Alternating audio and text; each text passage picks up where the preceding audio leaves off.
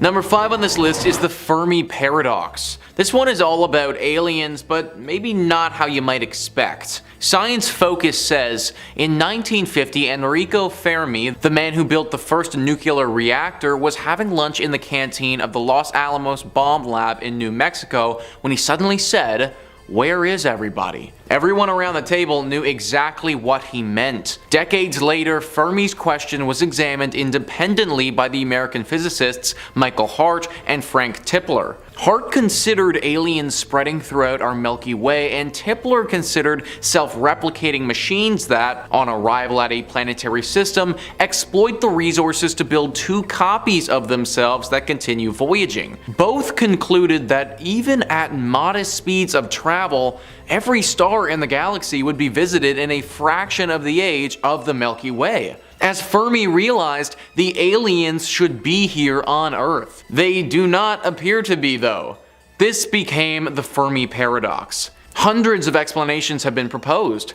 They include the ideas that we are the first intelligence to arise in the galaxy and so are totally alone, and that we are a nursery world off limits to advanced civilizations that might adversely affect our development. A more mundane possibility is that there is no paradox because any signs of visitation in the distant past would be erased by wind, rain, and geological processes. Recently, however, a team led by Dr. Jonathan Carroll Nellenbach of the University of Rochester, New York, has proposed that our sun may simply have been bypassed by a wave of extraterrestrial expansion. So why are aliens not here? Have they already been here and we didn't even know? Or did they just bypass our solar system altogether? Or is all of this nonsense and the universe is just so big that they haven't gotten to us yet? It's certainly something interesting to think about. Considering the universe is infinite and there are so many places and planets we don't know about, it seems ridiculous to think that we're the only intelligent life or the first intelligent life in everything. Like, that's as if we hit the biggest lottery ever.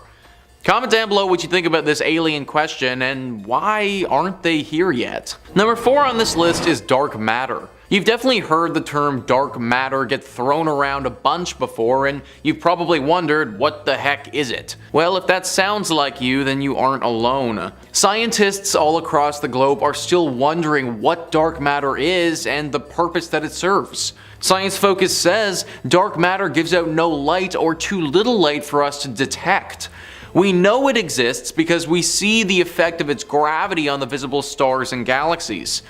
For instance, the Milky Way could not have dragged in enough matter to make its stars in the 13.82 billion years since the Big Bang without there being a lot of invisible matter whose extra gravity speeded things up. The European Space Agency's Planck satellite found that dark matter accounts for 26.8% of the mass energy of the universe compared with the 4.3% of normal atomic energy. It therefore outweighs the visible stars and galaxies by a factor of 6. Puzzlingly, no Earth-based experiment has found any evidence of dark matter despite decades of searching. It is conceivable that it's not our theory of matter that needs modification, but our theory of gravity. Or that dark matter is not a fluid made of a single particle, but is complex like the atomic matter we see around us. Maybe the universe is filled with dark stars and dark planets and dark life. There is an entire universe of dark matter that we don't even know about. Like, what the heck is this stuff and what's it composed of? Why can't our eyes see it? Why doesn't something this dense even show up? It's all very confusing and nobody can figure it out right now. Dark matter is one of the biggest mysteries in the universe, and understanding what it is and how it works could completely change our understanding of gravity and matter as a whole. Hopefully NASA can get a grasp on it soon and the mystery can finally be solved. Number 3 on this list is the central black hole. At the center of almost every single known galaxy in the universe, which there are about 2 trillion of, there is a huge black hole just chilling in the middle. These aren't your everyday typical black holes though, they are gargantuan in size and weight. Some of these beasts weigh around 50 billion times that of our sun. Just an absolutely insane number that our brains truly can't really comprehend. But how did this absolute unit of a black hole get there and why is it so big? Well, NASA doesn't really know, and they are desperately trying to find out. Black holes are one of the most interesting things in our universe, and one of the things that we know very little about. The question of where does a black hole actually go to will probably never be answered because we'll never be able to go inside without getting completely crushed into oblivion. But figuring out why they're in the middle of pretty much every notable galaxy is important. If we can understand this, then we can understand how a galaxy is formed and potentially the lifespan of certain galaxies. Also, knowing what creates these black holes will help us better understand them and see if our planet will ever be at risk of such a disaster. Granted, maybe ignorance is bliss in this case, because even if we knew a black hole was coming, there's really nothing that we'd be able to do about it. Number 2 on this list is dark energy. For a long time, the only force that was thought to be operating on the entire universe was gravity. This was everywhere in the universe and decided pretty much how things played out. Gravity is not alone anymore though, or at least since the discovery of dark energy. Dark energy is this invisible force that is everywhere in the universe and is partially responsible for speeding up the expansion of said universe. Apparently this energy overtook gravity 5 billion years ago as the dominant force that's expanding the universe, and that's why it's happening in the first place.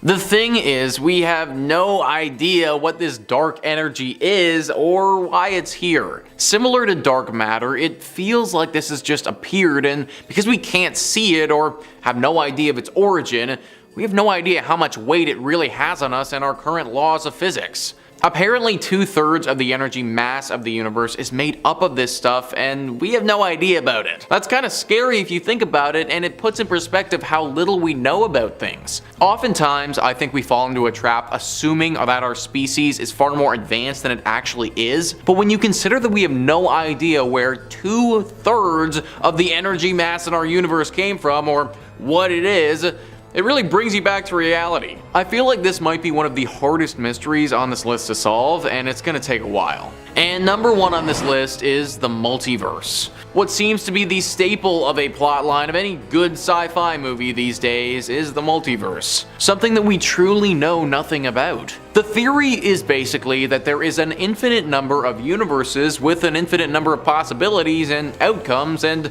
it's all just freaking infinite and honestly kind of hurts my brain to think about for very long. But is there any substance to this theory? How will we be able to know if it's true or not, and what would that mean for us? So the multiverse theory all comes from another theory called inflation theory. Inflation theory is the thinking that in basically a second, when our universe was just a baby, everything started inflating and growing super fast, expanding outwards in all directions. Now it's thought that the inflation of our universe stopped 14 billion years ago, but that when our universe stopped, the beginning of another started, and so on and so forth. It's very complicated, and in all honesty, I don't really understand all of it, but that's the bare bones. There's also the thinking that because life is so hard to support, as in you need so many things to go right in the universe, it seems extremely unlikely that if there is only one universe, life would have actually formed. If there were multiple or infinite universes, there would be enough chances though that one or more are bound to have the necessary things to create life. Either way, if this is true, then it obviously changes a lot of things about how we view our universe and the role we play in it. Maybe there's another version of you just chilling in a totally alternate universe right now, except instead of hands you have wings or something. A little ridiculous, I know, but if universes are infinite, then you never know. Number 5. Leland Melvin. American engineer and now retired NASA astronaut Leland Melvin has spent hundreds of hours in space. Literally hundreds. Leland holds 4 honorary doctorates for his service in education, the sciences, and philanthropy. Doctorates. I'm just saying that before the comments start rolling in saying he's just another wacko.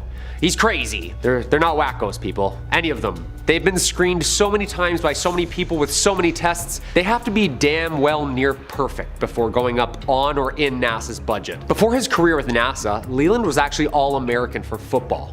Detroit Lions, Toronto Argos. Guy made the NFL and then said, you know what? I think I'm gonna be an astronaut. Like, give this guy a Netflix movie, would ya? He was selected by NASA in 1998 after getting injured with a football career. Guy goes from the turf to working at NASA Langley Center. This guy's put in time, both down here and up there. Mission after mission with NASA. He's got quite the practice at the whole floating around thing. When Leland was pressed about otherworldly visitors and his ideas about the cosmos, he said this when he was working up in orbit. He had seen something translucent, curved and organic looking when he was working with fellow astronaut Randy Bresnik. The pair of them, called down to NASA to ask what it could be. NASA's official response was, probably ice. Yeah, nice and specific there, Houston. Thank you for that. When has NASA ever said probably? Melvin dismissed this and figured it was NASA's explanation to just cover it up. Like, who's more qualified here? That's all I'm asking. When the most qualified people are like, yeah, I can't tell if that's frozen water or a full-on mothership, Houston. Either they shouldn't be up there at all, or we need some more Windex on those windows there, NASA. Huh? Number 4, Ivan Wagner. As always, if you dig what we do here at Top 5 Scary, make sure you hit that like button or comment down below. It really helps the channel out. Have you ever seen a UFO out there? Yeah, you. Have you seen one? Comment down below with some details about your experiences. I know I have. Twice now. Hence the obsession with all this stuff. Those Reddit rabbit holes, boy oh boy. Speaking of falling into a wormhole of conspiracy and who said what, astronaut Ivan Wagner, or I should say cosmonaut Ivan Wagner, since he's Russian by birth, and although he's bunking up with some roomies up there in the ISS, he was on the ISS as a first timer just back in 2020. Does NASA initiate rookies up there? Like pull pranks on the newbies? Like no gravity, just unbuckle you while you sleep, flow you out, you know?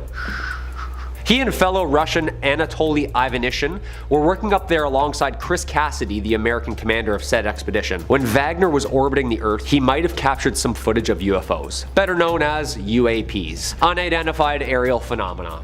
It's the jargon nowadays. The aurora lights behind Earth's beautiful curves was being recorded from the ISS when he saw a string of really weird lights moving in a really weird way. He labeled the video Space Guests. Wagner tweeted the vid, which apparently shows the aurora australis near Antarctica, and then all of a sudden this blob of organized lights just cruises on over the globe. Looks like a blob of like glitter just trucking across space. Like, what is that? Of course NASA didn't follow up.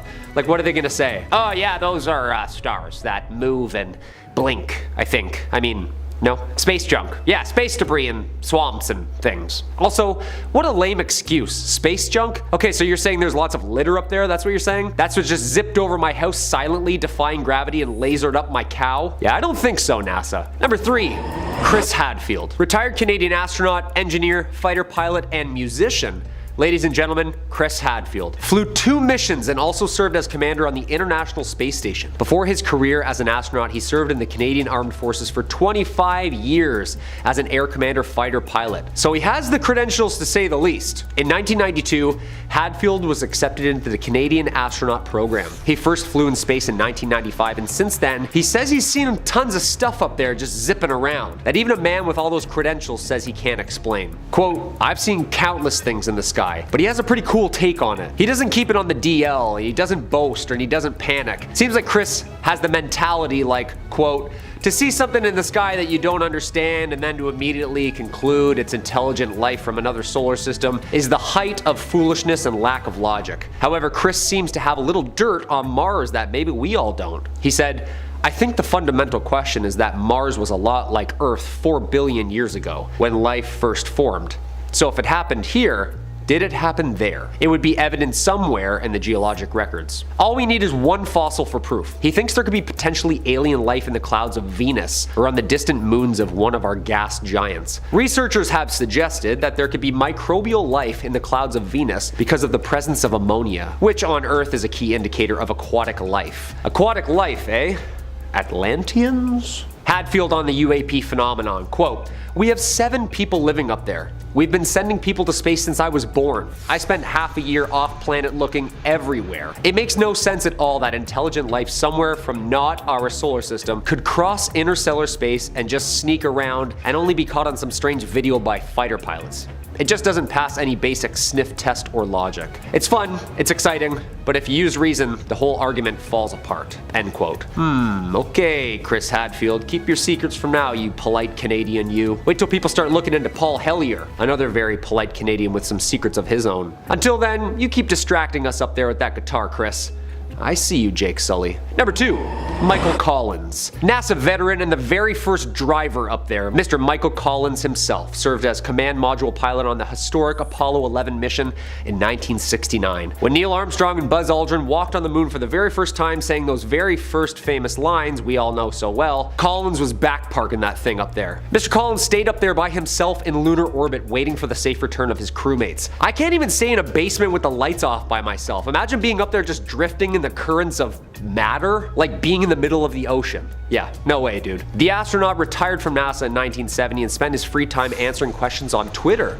Apparently, he has gotten some really interesting buzz. Mr. Collins invited the interweb to chat, saying, quote, "Are we alone? Hashtag Ask Michael Collins." And boy oh boy, did he get some responses. Everything from wackos who like aliens to very, very high-ranked generals and pilots who are apparently also wackos who like aliens for talking about this. Collins, quote, "I used to think that NASA sent me to the wrong place, to the moon, because I think Mars is a much more interesting place," end quote. Collins has talked about it in the past about the possibility of alien life existing beyond Earth and doesn't shy away from discussing the topic in full. In 1999, for instance, he even argued on the topic of life developing in other parts of this infinite cosmos. So maybe it has then. He wrote in his book saying, quote, "I am alone now. Truly alone, and absolutely isolated from any known life. Although I may feel like I'm the same person, I also feel that I am different from other people. I have been places and done things you simply would not believe." Collins circled the moon once every 2 hours. What's scarier, walking on an unknown rock that apparently no one's ever visited,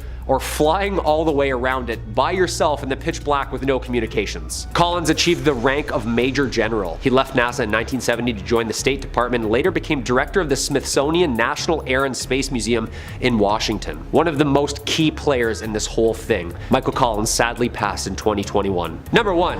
Buzz Aldrin. Of course, the poster child for the whole phenomenon itself, Mr. Edwin Eugene Aldrin Jr. American astronaut, engineer, fighter pilot with a doctorate of science in astronautics. This guy is overqualified, okay? 3 spacewalks in 1966, Gemini 12 mission in 1969, Apollo 11 mission. He and mission commander Neil Armstrong were the first 2 people to land on the moon. Quote, "There was something out there, close enough to be observed. What could it be?" According to Aldrin, on Apollo 11 to the moon, quote, "I observed a light out the window that appeared to be moving alongside us. What could that have been other than a spacecraft from another country or another world? It was either the rocket that had separated from us or the 4 panels that moved away when we extracted the lander, right?" After he returned from his missions, he was convinced he saw aliens while he was out there. Credentials aside, he took a lie detector test, people, which he passed with flying colors. In an interview with C-SPAN Buzz, he talked about the future potential of Earth's moon for humanity. He added a little extra info that might have gained the spark to go back, regarding a certain monolith on a moon. Quote, "Visit the moon Phobos of Mars. There's a monolith there, a very unusual structure on this little potato object that goes around Mars once in every 7 hours. When people find out about that, they're gonna say, 'Who put that there?' And you bet, Buzz, I'll be the first one to ask that." At number 5 is advanced alien technology. Before you guys come at me and call me some sci-fi nut, hear me out. For aliens to get to Earth, they would need highly complex and state-of-the-art technology to create spacecrafts that safely take them from galaxy to galaxy. While this is something most people are aware of, the true nature of alien technology still remains a secret. In the momentous Grush hearing, he goes on to explain that the United States government is currently harboring and hiding alien technology and life. He claimed that the US has retrieved multiple crashed UFOs, some with aliens still inside, and upon retrieval, they picked them apart in order to research their technologies. However, we still have zero information on what exactly they've found and what futuristic technical knowledge they have attained. We have a general idea of the great danger that we may be in when in contact with an alien threat, but the full extent of that danger remains hidden. We can only assume that the US is in the process of deciphering the secrets to making our own UFOs, which we could use to explore other planets within and outside our solar system, and perhaps even colonize them. But we might not have to wait for very long before we discover what it is we know and what it is we don't know. Harvard professor Avi Loeb has been in Papua New Guinea investigating a meteor that crashed in the neighboring ocean in 2014. This specific meteor was of great interest, as when it crashed, it moved at speeds that are too fast for it to be gravitationally bound to the sun, and that the material it's made of was significantly tougher than that of other meteors. These traits indicate that the meteor could in fact be some sort of spacecraft or piece of alien technology. Upon finally finding the interstellar rock, Loeb and crew found microscopic, marble-like objects made of an alloy never before seen in our solar system. If these small marbles are confirmed to be artificial, then we could be stumbling upon the first confirmed pieces of genuine extraterrestrial technology.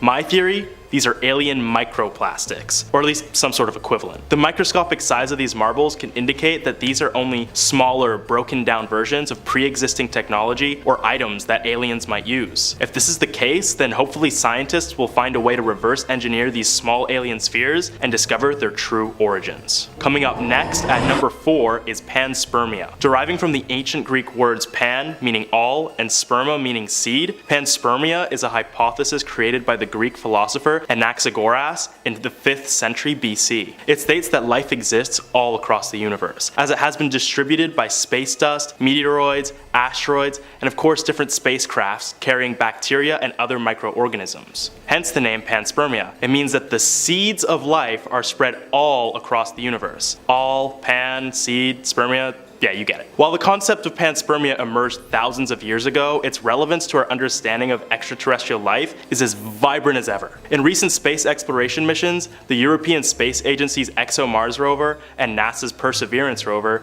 have been equipped with instruments built specifically to analyze the surface of Mars for signs of life that has found itself on the planet through space dust, comets, and all those other fun space things. Furthermore, advancements in space exploration have led to discovery of something called extremophiles, resilient microorganisms that thrive in the extreme environments on Earth and other places in space. Their existence on Earth indicates that life can also thrive on the harsh environments of other planets. The most well-known example of an extremophile, you might have heard of them, is the tardigrade, better known as a water bear. These 8-legged microanimals are thought to be one of the most resilient life forms known. They are capable of surviving extreme temperatures, pressures, air deprivation, high amounts of radiation, dehydration, and starvation. In fact, tardigrades are so resilient that they're capable of surviving the cold, dark vacuum of space. If animals that can survive in space already exist on Earth, imagine how many other tardigrade-like species exist on other planets, opening the door for panspermia across the universe. Who knows, maybe there are plenty of extremophilic aliens on Earth already. We've just been looking in the wrong places.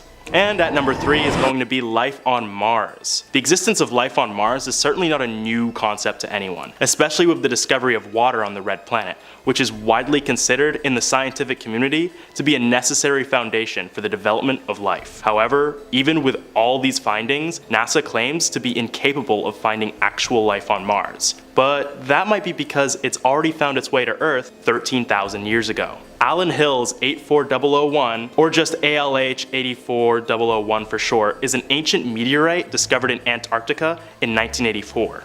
The remarkable rock, ejected from the Martian surface 4.1 billion years ago, has offered many clues towards the existence of life hidden beneath our solar neighbor's surface. In 1996, a team of scientists led by David McKay of NASA's Johnson Space Center announced their discovery of intriguing fossil-like microstructures and features within the meteorite. These fossils imply that life on Mars did in fact exist, just long before humanity. And this isn't the only proof. In 1976, the United States landed 2 of their own Viking landers, making them the first US spacecrafts to land on the red planet. The crafts would be the first to take high-resolution images of the planet and analyze a variety of the planet's features. But most importantly, an examination of the Martian soil tested positive for metabolism, which heavily suggests the presence of life. Theories of them hiding the alien race to Martians having been long extinct, and that the red planet's desolate nature is caused by it being the ruins of a once vivacious planet. But what do you guys think? Is life currently on Mars? Has it already gone extinct? Or maybe there are already Martians hidden among us right now?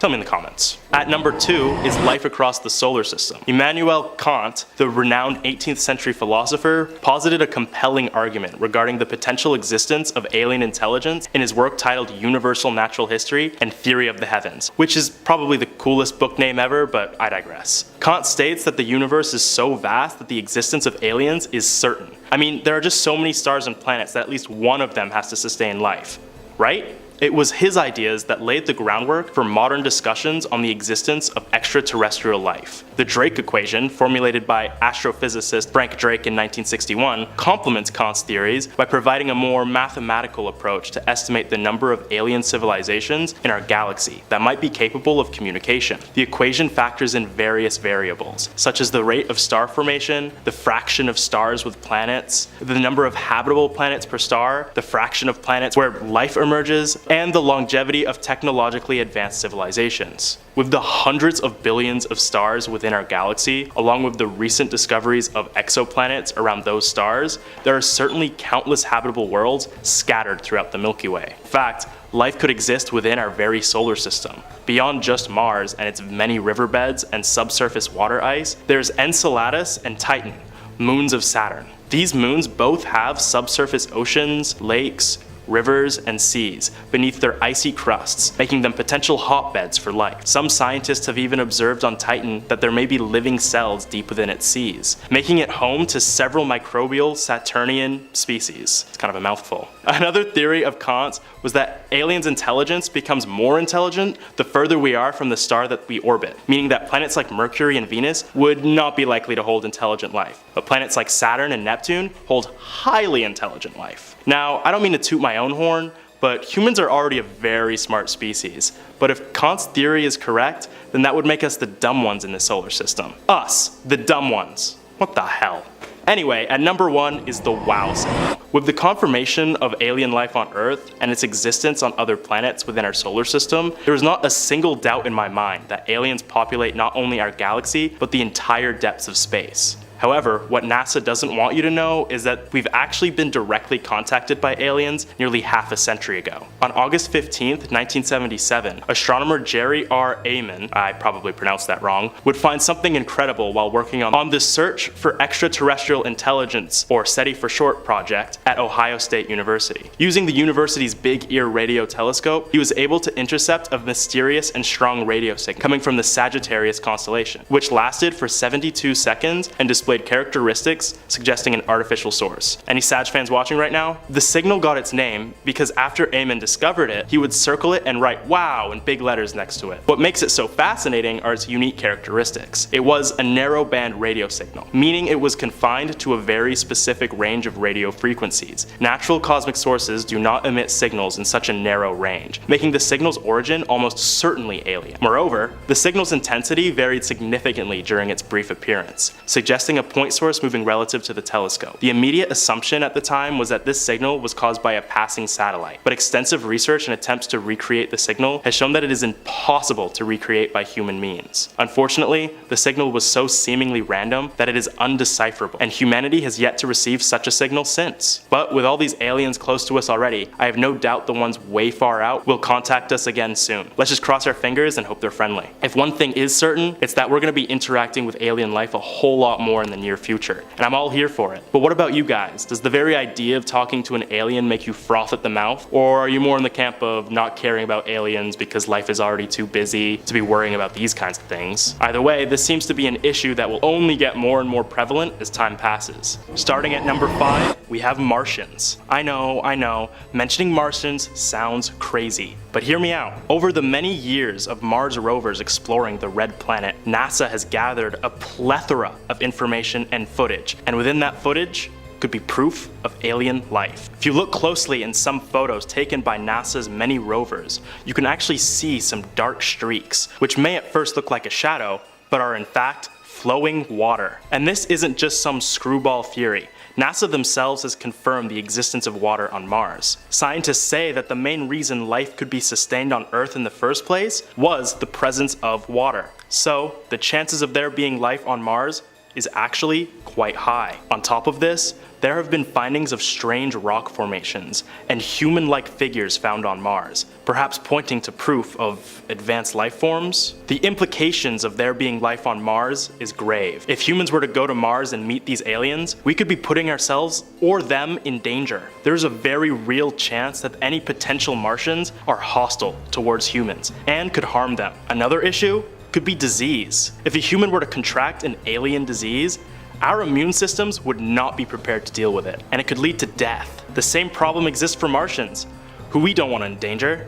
Aliens are way too cool to die. But that's not the worst of it. Next up at number 4 is Mars's intense radiation. One big problem with Mars is that it doesn't have what is called a magnetosphere, which is pretty much the parts in and around a planet that contain its magnetic field. What this field does is protect us from the sun's radiation.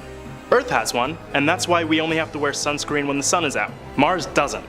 And if that isn't enough, Mars is regularly exposed to cosmic rays and solar flares and winds, causing the planet to be even more irradiated. A study by the European Space Agency finds that someone on a mission to Mars would receive a radiation dosage 700 times stronger than what you would on Earth. Long time or extreme exposure to radiation can cause all sorts of effects, like the loss of hair, acute illness, seizures, terrifying mutations, death, and in Spider-Man's case, the ability to climb on walls.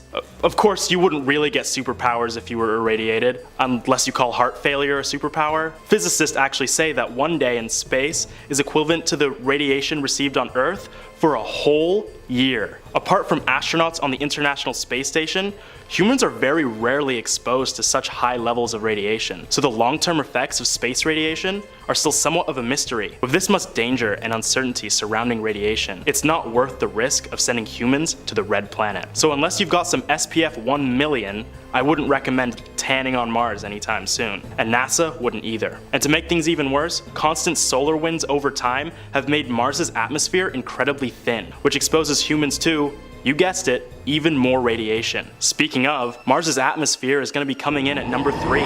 Much like our own planet, Mars has an atmosphere, weather, and some beautiful views. However, none of what Mars has is at all like what we have here on Earth. First of all, its atmosphere is composed of different elements than ours. Earth's atmosphere is mostly nitrogen, oxygen, and it's got a little bit of argon, a little bit of water vapor, touch of carbon dioxide. Mars's atmosphere, on the other hand, is 95% carbon dioxide and has trace amounts of nitrogen, oxygen, methane, and other gases. The most glaring difference in the two atmospheres is the amount of carbon dioxide there is compared to oxygen and nitrogen. The difference is a major reason for why us Earthlings wouldn't last a second on Mars without a spacesuit. As humans, we need oxygen to breathe. When we inhale, we take oxygen from the air and use it to fuel our bodies. When we exhale, all the other gases come out, as our body has no use for it. Most of what we exhale is carbon dioxide. So when put on a planet which has an atmosphere that's almost entirely composed of the gas that our body gets rid of, and has barely any of the one we need to function, things go bad quickly. Even if you were able to breathe carbon dioxide, Mars's air is so full of dust that you would still be short of breath. And that's not all. The air on Mars is also extremely thin. The standard air pressure on Earth is 1,013 millibars. On Mars, the surface pressure averages to 7. That's less than 1% of the air pressure on Earth. When under such low pressures, the human body reacts in horrifying ways, such as extreme swelling, lung rupture, and bruising. But worst of all, Mars's low pressure will cause a fatal condition called ebulism, which causes every liquid in your body to boil. It doesn't even have to be hot on Mars for this to happen. You would boil regardless of temperature, which, yeah, is a pretty good reason to stay on Earth. A mix of suffocation and bubbly bodily fluids are a dynamic duo when it comes to Mars's unsurvivable atmosphere. But what many fail to recognize is the danger of number 2, Mars's brutal temperatures. If you've ever seen a photo of Mars, you would know the planet is pretty much just one big desert. And call me crazy, but that screams that this planet is super hot to me. But in fact, the opposite is true. Yes, that's right. Mars is actually an incredibly cold planet. In fact, its temperatures get so low, they can prove fatal. Now, in all fairness, this isn't all the time. Mars can reach temperatures as high as 20 degrees Celsius, which is 70 degrees Fahrenheit. It's a pleasant temperature, caused mostly by the heat of the sun. But when the sun goes down, you're gonna regret not packing a thicker coat, as the desert planet's temperatures can get as low as minus 153 degrees Celsius, which is minus 225 degrees Fahrenheit. The lowest recorded temperature on Earth was minus 89 degrees Celsius, which is minus 129 degrees Fahrenheit, and that was in Antarctica. The temperature known as absolute zero,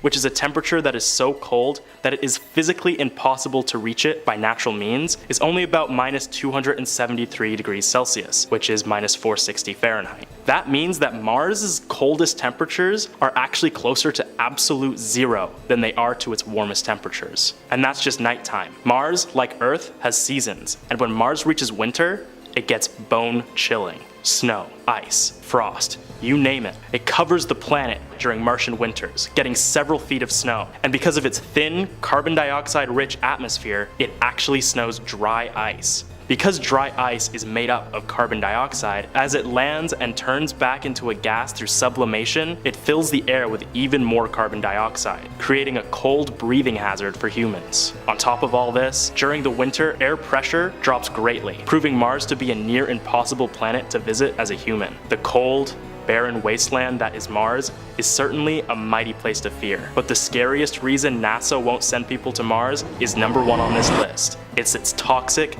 dust storms. If you were wondering what makes the red planet so red, the answer is Mars's surplus of dust. There's actually so much dust on Mars that it gets kicked up into the atmosphere, making it appear red. On Earth, we have hurricanes, but on Mars they have dust storms. If you've seen The Martian, then you would know that these dust storms can reach hundreds of feet in height and will lay waste to anything in its path. In the movie, the storm is seen ripping apart an antenna, some equipment, and the astronauts' camp. How it looks in the movie isn't that far off from reality, and that one was one of the lighter dust storms. About annually, Mars will face dust storms that reach the size the equivalent to entire continents on Earth. These storms are not only much bigger than the usual ones, but are also far more intense. And very rarely, a bunch of normal storms will come together and grow into a planet-encircling dust storm, or as NASA calls them, global dust storms. These global dust storms are as unpredictable as they are dangerous. The damage these storms would do to a human or human colony is immeasurable. Not only that, but they would make the simple act of going to Mars difficult, as the large masses of dust swirling around could reduce visibility and disrupt flight paths. With how common these storms are, they also have a great potential to disconnect communication between Earth and Mars, jeopardizing any astronaut trying to traverse the solar system's dustiest planet. Which is why Mars is so scary, because it doesn't even take that much to put you in danger, as Mars also has small invisible dust storms called dust devils. While they have no correlation to the actual devil, thank God, they still prove to be a formidable threat. Their erratic nature and unpredictable paths can disrupt all sorts of equipment, rovers, and people alike. From the sounds of it, Earth's mission to Mars won't be happening anytime soon. We can only hope that conditions improve on the red planet. But considering it's been this way for millions of years, I have high doubts. Number 5, bones on Mars. We are just desperate to find some proof of there being life on Mars. More than anything, we just want to know if there's anybody else out there with us. We want to know if there's aliens coming in from other galaxies, but I think more importantly, we want to look in our own solar system first. It'd be an awfully lonely galaxy otherwise. And while we haven't had a manned mission yet to Mars, thanks to telescopes and rovers, we've been able to get a pretty good look at the surface of it to better our understanding. Recently, a photo taken from the Curiosity rover reignited the search, and alien enthusiasts were excited when it looked like a photo of a human bone was taken from the surface of Mars. It shows a collection of rocks, half buried in dust, and one in particular immediately jumps out, looking like a femur bone, even possibly a human femur bone. However, excitement dwindled pretty soon when, like most cases, like the face on Mars and that statue that looked like it might have been a human woman on Mars, it turned out to be little more than a coincidence. The bone?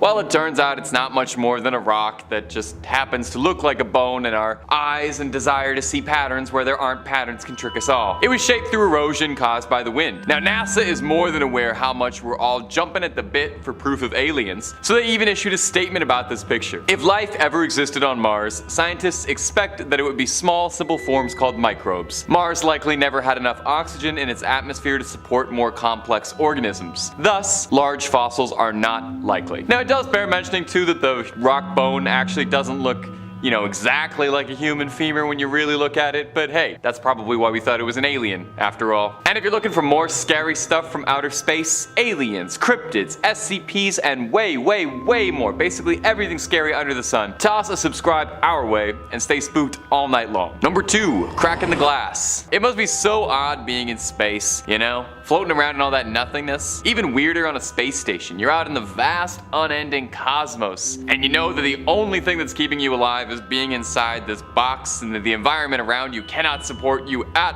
all. And you are lost in a sea of stars very, very, very far away from home. I'm not sure how you could ever get used to calling that home. I've got nothing but respect for the astronauts on the ISS. That stuff would stress me out so much I don't think I'd ever get a good night's sleep. I would be way too worried at all times that all it would take is one little thing to go wrong and it would all be over. Well, the ESA, that's the European Space Agency, tweeted a photo out a little bit ago of a crack in the window of the ISS, which is a nail-chomping sight. The damage was caused by a floating piece of debris that collided into the observatory of the ISS. The chip that did this damage was only about 1/4 of an inch. And while it looks incredibly unnerving, and if I saw it while I was serving in the space station, I would probably sweat bullets, the ESA reassures everyone that the damage doesn't actually pose a threat. Now, the unnerving part to me is that they speculate that the object that damaged the window could have been something as small as a flake of paint that came off the ISS and collided with the window. A flake of paint did that!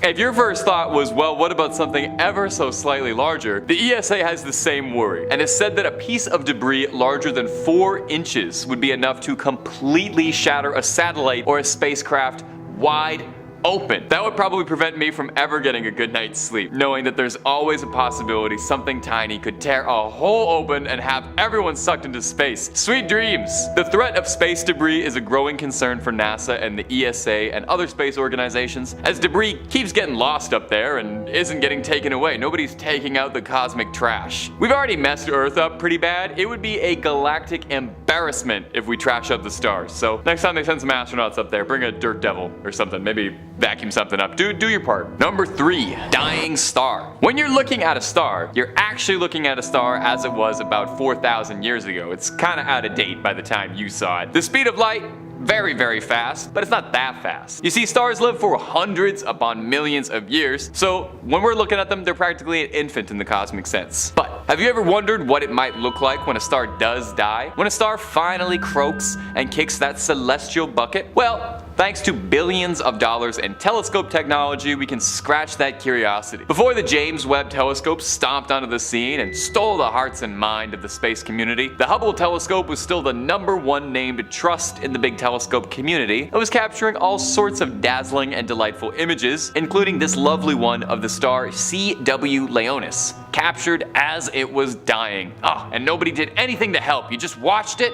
Oh, these people. Have you ever seen a dying star? I definitely haven't, and it is as ethereally beautiful as I could have imagined, but also like wildly scary in a sort of cosmic horror way, you know? And that sort of we're so small in the galaxy kind of way. It looks like a cosmic web, kind of like a fractal galactic spider web, and that's a great album name if you want to give that out there. It looks to me like staring into the eye of a Lovecraftian god, some being that's existed before the dawn of time. Makes me feel like I'm gonna get driven to just a little bit of madness if I stare at it too long. So I'm not a rocket scientist, or a scientist, or really even that smart about anything, but I could do my best to try and explain what's going on here. The cobwebs that you can see floating around the star are carbon absorbing the dying star, and the outer layers of the star are being sucked into the black void of space. And where that goes from there, could not tell you, but it's probably just as terrifying to even consider. Anyway, can't tell you too much more. Like I said, I'm no scientist. I'm just a reasonably charismatic YouTube host who can tell you when something looks cool. And this star looks pretty cool. Jack-o'-lantern sun. Hey, it's not just people who can dress up for Halloween. We've all seen dogs in hilarious Halloween costumes, and now even the stars want to get in on the celebrations. NASA's Solar Dynamics Observatory captured a fascinatingly spooky looking image of our beloved celestial body, the sun, on October 8th of 2022, taking a photo of the sun seemingly wearing a Halloween costume of a jack-o'-lantern for the season. Just beautiful, really. Now, again, I'll do my best to explain what's happening here, but I'll be completely candid. I'm just writing down some words that I read on a NASA website, and I'm not 100% that I actually know what any of these mean, but I'll say them anyway for you. The active regions are areas of greater light and energy that appear in SDO images to flame outwards from the sun. This image has been edited slightly to highlight the ultraviolet active regions, since our regular eyes can't see ultraviolet light that easy. Does this mean this is what the sun has been looking like this entire time, and I just don't have the insight to know about the face on the sun? NASA shared this particularly festive image with the title Pumpkin Sun, and I think it's pretty easy to see where they're coming from in this one. This one straight up looks like just a giant cosmic jack-o'-lantern. The lights form 2 eyes, it's got a little nose and a wide, jagged, smiling mouth. Kinda makes it seem like there was a giant cosmic pumpkin carving contest out there in the skies. I kinda wish we could get this permanent for like the months of October. Would love to look up in the sky and I see a giant face staring back at me like I live in Clocktown from Majora's Mask. Yeah, this isn't the scariest point on this list, I can admit that, but it's a darn good photo and I think that's worth showcasing enough, is it not? And I mean, really, imagine looking up into the sky and seeing that looking back at you. I feel like you would assume it was the end of days and it was gonna start raining fire down upon the heavens. At number 1, that's no moon. Now what you're looking at right now is a picture of Saturn's moon Mimas. And I know what you're thinking, that's no moon, that's a space station. As the moon Mimas is a dead ringer for the fully operational mobile star crusher, the Death Star. An asteroid crater left in the side of the giant rock has left it permanently looking like the infamous Imperial Space Station. Now, while something looking like the Death Star is more than interesting enough to me, what's truly interesting here is that astronomers believe they might have found proof that this Death Star, ironically, might be hiding a bit of life beneath its surface. Hiding an ocean just under the satellite's crust. Recently, researchers studying Mimas have discovered that there is a strange wobble effect in the moon's rotation. And research data has shown and suggested that the wobble is caused by the sloshing of liquid ocean just beneath the icy surface of the 246-mile diameter moon, Big Moon. Now, if this is true, this would be huge shakes. Water on any other planet is very exciting since, you know, not to speculate too wildly, it could be proof of life on another planet. Even small and microbial would still be an earth-shattering revelation since it would count as alien life. Since this discovery, scientists are starting to look at Mimas differently, since if this was true, it could mean this hunk of rock is a whole new type of world altogether. The possibility that it can sustain life and that our solar system might be a little more occupied than we'd previously thought, well, that would change everything. That's all we've been looking for in any of these videos, proof of alien life somewhere. Now, as far as I can tell, it doesn't look like Mimas has a giant laser capable of destroying a planet, so it's a fair bit nicer than the real Death Star, and hopefully they didn't make the same engineering mistakes and there's no structural ports or, what was it called? No, I'm embarrassing myself as a Star Wars fan. What he shot the torpedo into. We all know what I'm talking about. When Luke shot the torpedo in, it doesn't have that. That's what I'm trying to get at. Anyway, hopefully there is something hiding beneath that ice. I feel like that'd be a pretty good cosmic twist if we spent all this time thinking Mars is going to be where we found the aliens, and then it turns out it's the Death Star, the thing from Star Wars where we find our alien friends. That's poetry. Number 5, the training is brutal. When you were young, did you ever dream of being an astronaut? I think most of us did. You know, dreaming of being a cosmic sailor, soaring through the Milky Way. I know I certainly did. I thought about how I'd ace the training. I'd be the perfect astronaut. I'd be this golden-haired hero of space, like a Luke Skywalker or a guy on an old pulp novel cover or something. Well, the movies and the media makes being an astronaut out to being a lot more glamorous and a lot easier than it is. I mean, we saw Homer Simpson do it and we figured we all could. But the truth is, they really do not take just about anybody. You already need to be a brilliant scientist and have an exceptional, spotless military career. So they're not just taking anybody, they are taking the best of the best of the best, the top 1% of the 1%. And they need people who can withstand incredible tolls on their body and are able to handle any problem that could be thrown their way in space. Turns out going to space, not that easy. These physical tasks include things like wilderness survival training, spending days surviving alone in the wild, on the off chance that your ship crashes on re-entry in the middle of nowhere and you need to be able to fend for yourself before rescue comes. As well, training includes things like swimming laps in a 200-pound spacesuit or spending literally 24 hours in a row submerged underwater to stimulate the feeling of floating around in a giant suit. Or how about taking a trip on the infamous Vomit Comet, the plane that flies in parabolas to induce weightlessness and zero gravity to get your body used to floating around before you do it for real, and more often than not has astronauts tasting what they had for lunch one more time. That's about the most pleasant way I can think to say that. That doesn't quite sound like the fun, carefree adventure I dreamed of as a kid. And if you're looking for more scary stories, strange space stories, UFO sightings, we have got plenty of that and way more on Top 5 Scary. Plus, just about everything scary you could ever think of above the sun and below it. So tap that bell and stay subscribed and don't miss a single scream. Number 4, it destroys your body. Even if you are one of those best of the best of the best who can handle the brutal training that thins out the herd, once you actually do get up into space properly, just existing ravages your body in all sorts of fun, terrifying ways you've never thought of. When you think about it, we really are not meant to be up in that environment. It's kind of like a fish trying to survive on land. So it's not much of a surprise that our body kind of reacts violently poorly to the new conditions. Here's a terrible one I bet you didn't know about.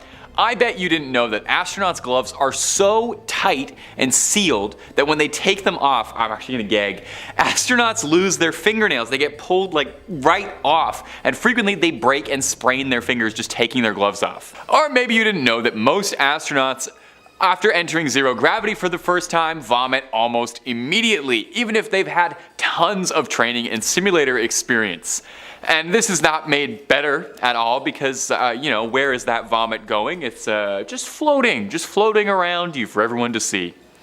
Literally just being alive in space is bad for your body. You can just be sitting, vibing by the window, and it's gonna do damage to you. Astronauts who spend extended time in a space station report a huge loss of bone density, reporting horrible creaking and pains. They even shrink a little bit. Some astronauts note that when they got back to Earth, their spine had to straighten back out in an incredibly painful process. But when asked what the worst part of space life is, one astronaut, Tim Peake, responded saying, "It's watching the soles of your feet disintegrate." I am gonna do my level best to explain this next thing to you without vomiting, but I cannot promise anything. He described that because astronauts use their feet so rarely in space, their soles start to soften like a newborn baby's. And the feet gradually force off all the dead skin and calluses that you build up over a lifetime of walking. Meaning sometimes astronauts, when they remove their socks, shower the cabin with a lifetime of dead skin flakes and big chunks of foot floating around the space station like the literal most disgusting snow globe imaginable. Number 3, and your mental too. The thing is, it's not just your body that is going to be put through the absolute ringer when you find yourself with a career floating up in the stars. Your mental faculties need to be sharper than anyone and able to deal with anything that could possibly get thrown at you as you're floating up miles away from home. It's no wonder David Bowie and Elton John wrote so many songs about how sad it is to be up in space. Astronauts report feeling a wide array of mental health struggles, reporting that the isolation causes them loneliness, depression, anxiety, stress, fatigue, mood swings, concentration issues, and some even getting full-blown PTSD upon returning back to the Earth. But, I get it. Imagine the workload. Imagine working a grueling day, not just any regular day. A day where if your work goes wrong, you could lead to one of or many of your teammates' deaths, and then having to go to sleep in a cold space station away from your loved ones and do that over and over again for 100 days straight. Imagine you have a bad day at work in space, but you can't even go home about it. You gotta go home to space. Sleeping on a space station is far from a cozy night in a crib either. For one, there's constant noise all around you on a space station. Nobody can hear you scream in space, that much is true, but everybody can hear all the engines and computers and all that stuff going off inside the space station, meaning there's never a quiet moment. It's also not as dark as you might hope. Not only do you have to deal with the fact that your sleep cycle is no longer tied to the sunrise and sunset anymore, because you're going to see about 16 of those a day, but you have to tend with flashing lights all over the station from the machinery, but as well lights that are thought to be caused by cosmic rays passing through your eyelids. As well, there's also, no gravity. They definitely tell you that. Imagine having to tie yourself to a wall to avoid bumping your head around a cabin while you're just trying to get your 8 hours and a little REM time. Number 2, brown trout and recycling. Okay. This is going to be the grossest part of the list by far. If you want to skip right ahead to number 1, I get it. There's a reason I put this at number 2, and you'll all understand in a second. Just know I'm a child and I have the sense of humor of an 8-year-old. When you compare all the physical and mental danger astronauts have to face, is going to the toilet scarier than the risk of death? It honestly sounds like it. Peggy Whitson is an astronaut who holds a ton of records. Foremost, she's got the record for the most time spent in space, spending nearly 2 full years in orbit.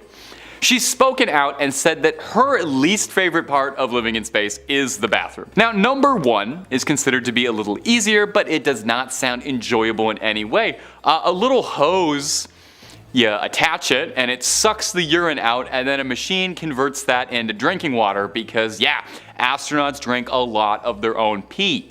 Now, admittedly, it's heavily processed, okay? You're not getting it out of the water cooler, it's not coming out yellow. But on a spaceship, water is sacred. Much like the still suits of Arrakis, all liquids and fluids are recycled. The water you wash your hands with, excrete, or spit out brushing your teeth, all of that is collected, processed, recycled to be drank again. Try not to think about that too much. Every astronaut you've ever seen on the news has drank so much pee. Astronauts have to fill a glorified porta potty pit and then put on a special rubber glove and pack it down nice and compact to be processed. But in zero gravity, things happen, and more often than any astronaut would ever care to admit, sometimes the mission goes a bit bad. Chris Hadfield said his crew would refer to these incidents as brown trouts. I'm not going to explain it, I think you understand. Leroy Chiao, retired astronaut, spoke on his time on the station and said sternly that everyone cleans up their own mess when it happens, but he didn't elaborate on what that meant, but you can read through the lines pretty easy. When you were a little kid dreaming about life in space, did you ever consider that the world's best and brightest minds would be putting on the poop glove to catch brown trouts? And I am so sorry for the mental image I have given you. Number 1, danger. And above all else, if it hasn't been made exceedingly clear yet in this video, the life of an astronaut is not an easy one and oftentimes is extremely dangerous, with anything being able to go wrong spelling a certain disaster. Everything needs to be perfect. Now, you could look up countless stories of astronauts in danger, but I'm going to share one from Chris Hadfield because he's a Canadian icon. He spoke to BuzzFeed News about how on his first flight ever, he and fellow astronauts had to navigate a 250,000-pound space station towards a target the size of a coffee cup on the Russian Mir space station. Hadfield was there to relay the speed and range information to the pilot as they were pulling in for a docking maneuver, which had to be incredibly precise. In Hadfield's own words, "If you hit the Mir too soft, the spring mechanisms bounce you off. If you hit the Mir just a little bit too hard, well, then you risk breaking the station in half and ending the lives of everybody on board. So you've got to hit it exactly right. No pressure or anything." When the shuttle crew was about 30 feet away, 2 sensors started telling them 2 different things. One of them said that they were at 32 feet away, and the other one said 20 feet away. Hadfield said, "They're either both wrong or one of them is completely wrong. Now what do you do? There's nobody to ask, and if the crew on board this shuttle doesn't solve this problem in the next 30 seconds, then this is it for everybody." Hadfield described using his thumb to try and measure the distance from the window. This told him they were about 21 feet away, and he used a stopwatch to try and do the math to figure out how fast they were going, and when they should fire thrusters. And well, since I mentioned, Chris Hadfield is a national hero and not a national tragedy, we know they did end up hitting the target at the correct speed, even with 3 seconds to spare.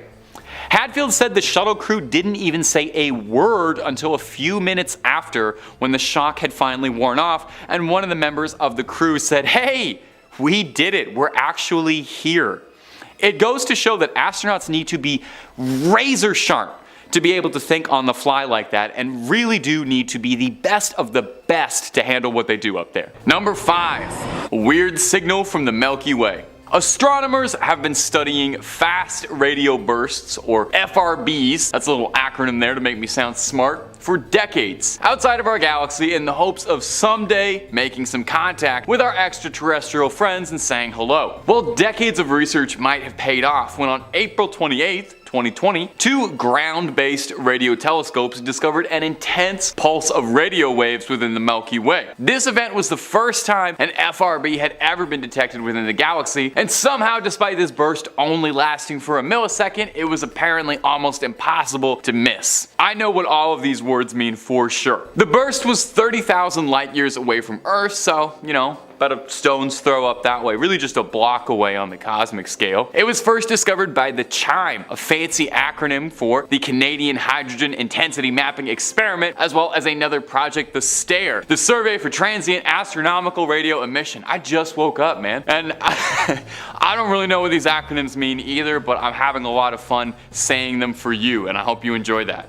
This discovery was notable as well for being the most energetic radio blast these astronomers have ever seen, but it was also one of the closest. Usually when we're talking about radio frequencies all the way up in space, these things are like billions of years of light years away, which does not make them particularly easy to study. You know, you're getting a real far away glance. But if there's one on our doorstep, way easier to focus on. So what is this weird signal coming out of the Milky Way? Is this aliens trying to send a text and the reception's a bit foggy? Here's the trouble. Astronomers don't know for sure just yet. 3 years later, we are still not 100%. There is a small possibility, a disappointing one, that this signal could be man-made somehow and it's broadcasting all the way out here. But if not, this could very well be a promising sign of life from across the galaxy. And if you're looking for more alien content, we have got more UFO sightings than probably any other YouTube channel on this site, and I'm like pretty sure of that. But if space stuff ain't your jam, we got cryptids, monsters, mythologies, true crime, fake crime, stories too good to be true and too true to be good. So click through, stay subscribed, stay screaming, and stay watching this video, okay? All the way to the end. I got a little surprise for you, I promise.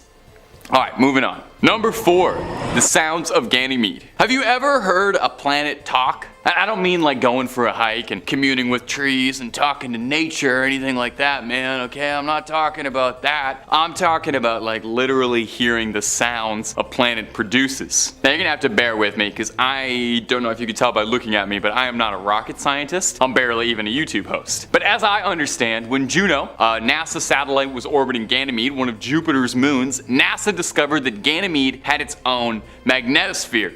Ganymede was radiating this strange plasma wave of energy that when is recorded and played back sounds absolutely terrifying. This really like tickles the H.P. Lovecraft fan in my heart to be able to hear the sounds a planet is making out in the cosmos. So we're gonna play it for you now. Just take a listen to the audio of this and try to ever sleep again. I dare you.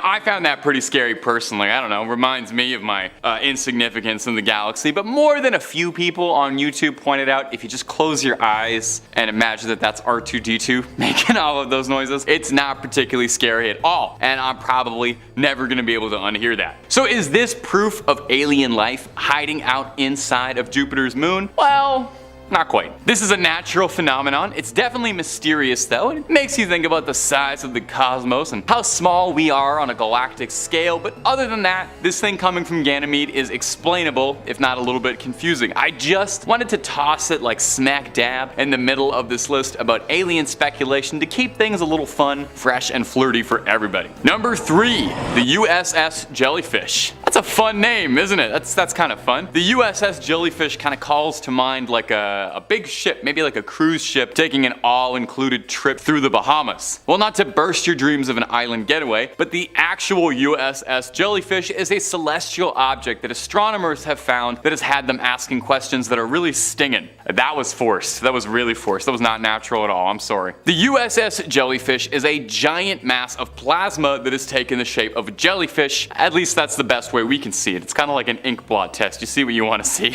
It's some 300 million light years away and is a fancy radio signal called a polyphenix, which is a term scientists use for a radio frequency up in space that they don't really have all the answers about. The giant blob in particular is so unusual that when astronomers initially discovered it, they were writing it off completely, assuming it was an accident or an error in their data. The researcher who first discovered it, one Torrance Hodgson, captured the subject in 2017 using the Murchison Wide Array, an incredibly powerful Australian ground telescope, and when he wrote on the subject, he told his colleagues, ignore the obvious bug in this data. And it was only when they were really pushing that they began to notice there was something more to it than these formal studies earlier suggested.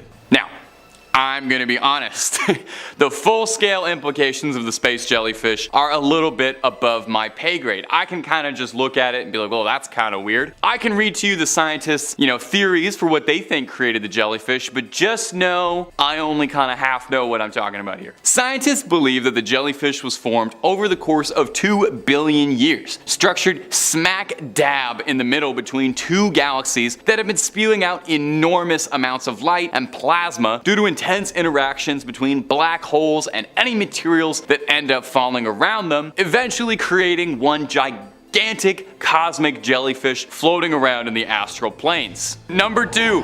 Something unusual. Recently, a team of astronomers discovered something unusual while they were mapping out the universe, which is my favorite start to a point I have ever read on this channel. You guys know when you're mapping out the universe, then you accidentally see something unusual? Ugh, I absolutely hate when that happens. Anyway, this mysterious unusual object floats about 4,000 light years away, very close by. You can practically wave and see it, and it's pulsing strange bursts of energy out of it roughly every 20 minutes on the dot. You can set your watch to this. Somebody up in space forget to turn the oven timer off? Natasha Hurley Walker is an astrophysicist from the Curtin University in Australia, same university that discovered that jellyfish coincidentally, and was the leading researcher on this study. She said in a public statement that this object was appearing and disappearing over a few hours during our observations, and said that it was completely unexpected. It was kind of spooky for an astronomer because there's nothing known in the sky that does that. Let me take over for a second right here and tell you right now, on Top 5 Scary, if you can't tell what something weird is in the sky, it's an alien.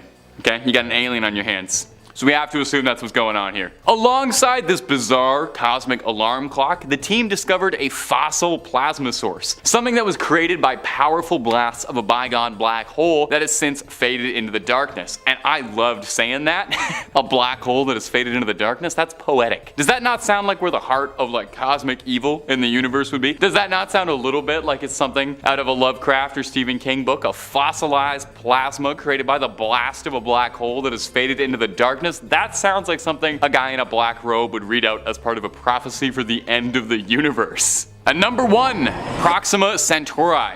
If there was ever going to be concrete signs of alien life, I think it would definitely come from a place called Proxima Centauri. Listen to that. That already sounds like it's from like a great Deep Space Nine episode. Recently, astronomers exploring for signs of life beyond Earth discovered a currently unexplained radio signal that was broadcasting from Proxima Centauri, a small red star roughly 4.2 million light years away. That's like right next door, man.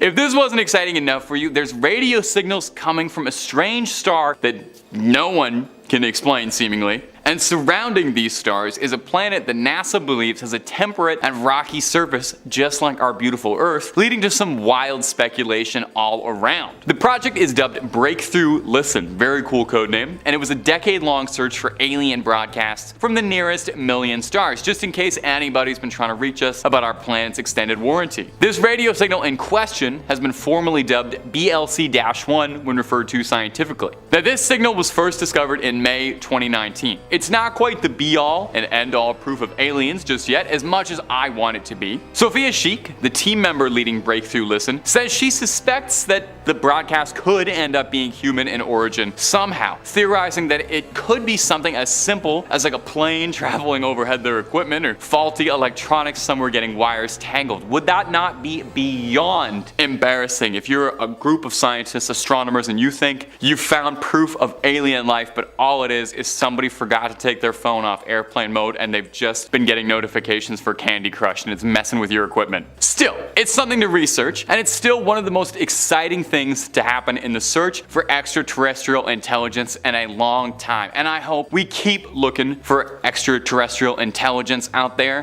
because there sure ain't anybody down here. I messed up that joke. I f***ed it up. Number 5, Yang Liwei. In space, no one can hear you scream. They also can't hear you laugh, sing, or really just about do anything. It's markedly quiet up in space, which would make encountering a sound that you don't recognize while floating through the cosmos quite the stressful encounter, wouldn't you agree? In 2003, Yang Liwei became the first taikonaut to be sent into space by the CNSA, that's the Chinese National Space Administration, making headlines and history. Now, a few years ago, Liwei was giving an interview talking about his experiences, and he let slip a bizarre encounter that happened to him while he was out there in space. He said he recalled hearing the sound of someone knocking the hull of the spaceship as if someone was hammering at an iron bucket. He said, it didn't come from inside the spaceship, but it didn't come from outside either. That doesn't make me feel good. Naturally, Liwei was a little more than concerned at what he was experiencing, and he peered out into the porthole in hope of seeing something, maybe like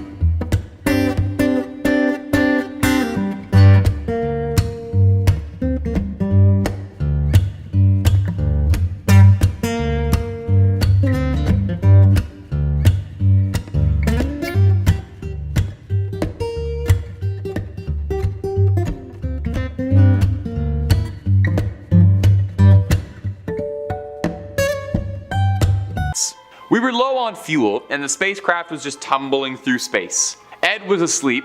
We were taking turns sleeping in shifts. Anyway, Ed was asleep, and I was doing something in the craft. When I looked outside, I just glanced up, and there was something out there. It had a geometrical shape, similar to a beer can or a pop can, and with a little thing, like maybe a pencil or something sticking out of it. That size, dimensionally, it was all white. Now naturally people ran with this and published stories about McDivitt having seen a UFO and this being proof of an alien craft or a drone up in space. I mean, an astronaut saying outright, I think I saw a UFO up there, that's a pretty big deal. That's way more exciting than anything they were doing in the Gemini mission. McDivitt, however, changed his own tune about it and claims that when he returned home and he studied photographs from the craft, trying to understand what it was that he saw, he had a very boring revelation. McDivitt claims now that what he had seen was actually just a reflection of bolts from the hull in the window. The windows in the Gemini 4 craft were layered with 5 panes of glass, so that if one pane somehow cracked, there's still a good amount of pressure integrity. This thinking being that one of these panes did crack, and the sun shined on them just at the right angle, and the strange white object McDivitt saw was nothing more than a reflection being multiplied and reflected off multiple window panes. McDivitt clarified in the same interview saying, I'm quite sure that's what this thing was. Now, of course, it's also possible that he really did see a UFO and NASA got to him and pressed down on him just a little bit to get him to stop talking about it and publicly deny it. I mean, it's possible. I've definitely speculated way more wild, outrageous things than that on this channel. Number 3, Leroy Chiao. Leroy Chiao is an American astronaut and one of considerable renown. Chiao's flown 3 missions and he served as the commander on Expedition X, a 6.5-month long voyage living on the International Space Station. Expedition X. That does kind of sound more like a raging house party than a NASA mission, but to each their own. In 2005, Chiao and another astronaut were outside installing navigation antennas on board the ISS, some 230 miles above the Earth, floating at 17,000 miles per hour, and Chiao saw something bizarre in the sky that he couldn't understand. Why don't we take a listen? I saw some lights that seemed to be in a line, and it was almost like an upside down check mark, kind of like an upside down Nike swoosh. And I saw them fly by, and I thought it was awfully strange. Chiao would tell the Huffington Post this. The cosmonaut with him didn't see the lights in time, facing the other way entirely. Imagine that, missing the aliens because you were looking the wrong way. Embarrassing. Some have speculated that the lights could have been the lights from a squid fishing boat from Earth, which use these incredibly bright lights when fishing at night for squid, and these have been reported erroneously as UFO sightings or bizarre phenomena in space all the time with these strange green lights. It pops up. There was something that happened similarly on the ISS on a live feed they were doing where these lights went by and people thought they were an alien craft, but really just a squid boat. So it's not entirely unreasonable to think this. Now Chiao himself is skeptical of whether or not what he saw is alien in origin. Although, and I think this is important, he's open to the idea of it. He's open to this discussion. Listen to what he said. He said, I'm skeptical of claims that we've been visited by aliens from another planet or another dimension, but I don't rule it out 100%. I have an open mind, and I do believe there's other life in the universe. But if there is life out there that's so much more advanced than we are, and they either know how to travel great distances in short amounts of time, or they're able to come from parallel universes into ours, well, why don't they just come and show themselves? Well, maybe they did, Leroy. Maybe that was them extending an olive branch and trying to show themselves and they were just being a little bit shy, and you're just being skeptical. Yeah, well, you know, maybe we just have to make them feel really welcome. Arms open, say, come on in, guys. We're ready for you. Number 2, Story Musgrave. Story Musgrave. That's his real name. Story Musgrave. He's an interesting critter, bro. He was an astronaut. He's flown on 5 different space shuttles. He's got 6 different academic degrees, collecting them like they were the Infinity Stones. He's a public speaker, and now he's an Imagineer at Disney. Isn't that something? Making animatronics for Avatar World. He's got quite the career path. And he may also be the human that aliens have chosen to represent themselves to as their envoy. I get it though, look at the guy. He kind of looks like an alien, which might be why. Though he does look wise. If I was an alien, I'd contact him, definitely. He's academic, he's driven, he worked for the most powerful organization on Earth, and he worked at NASA. Story claims that on 2 different missions, he encountered a being looking like a giant snake that was sentient and recognized him. Take a listen to this.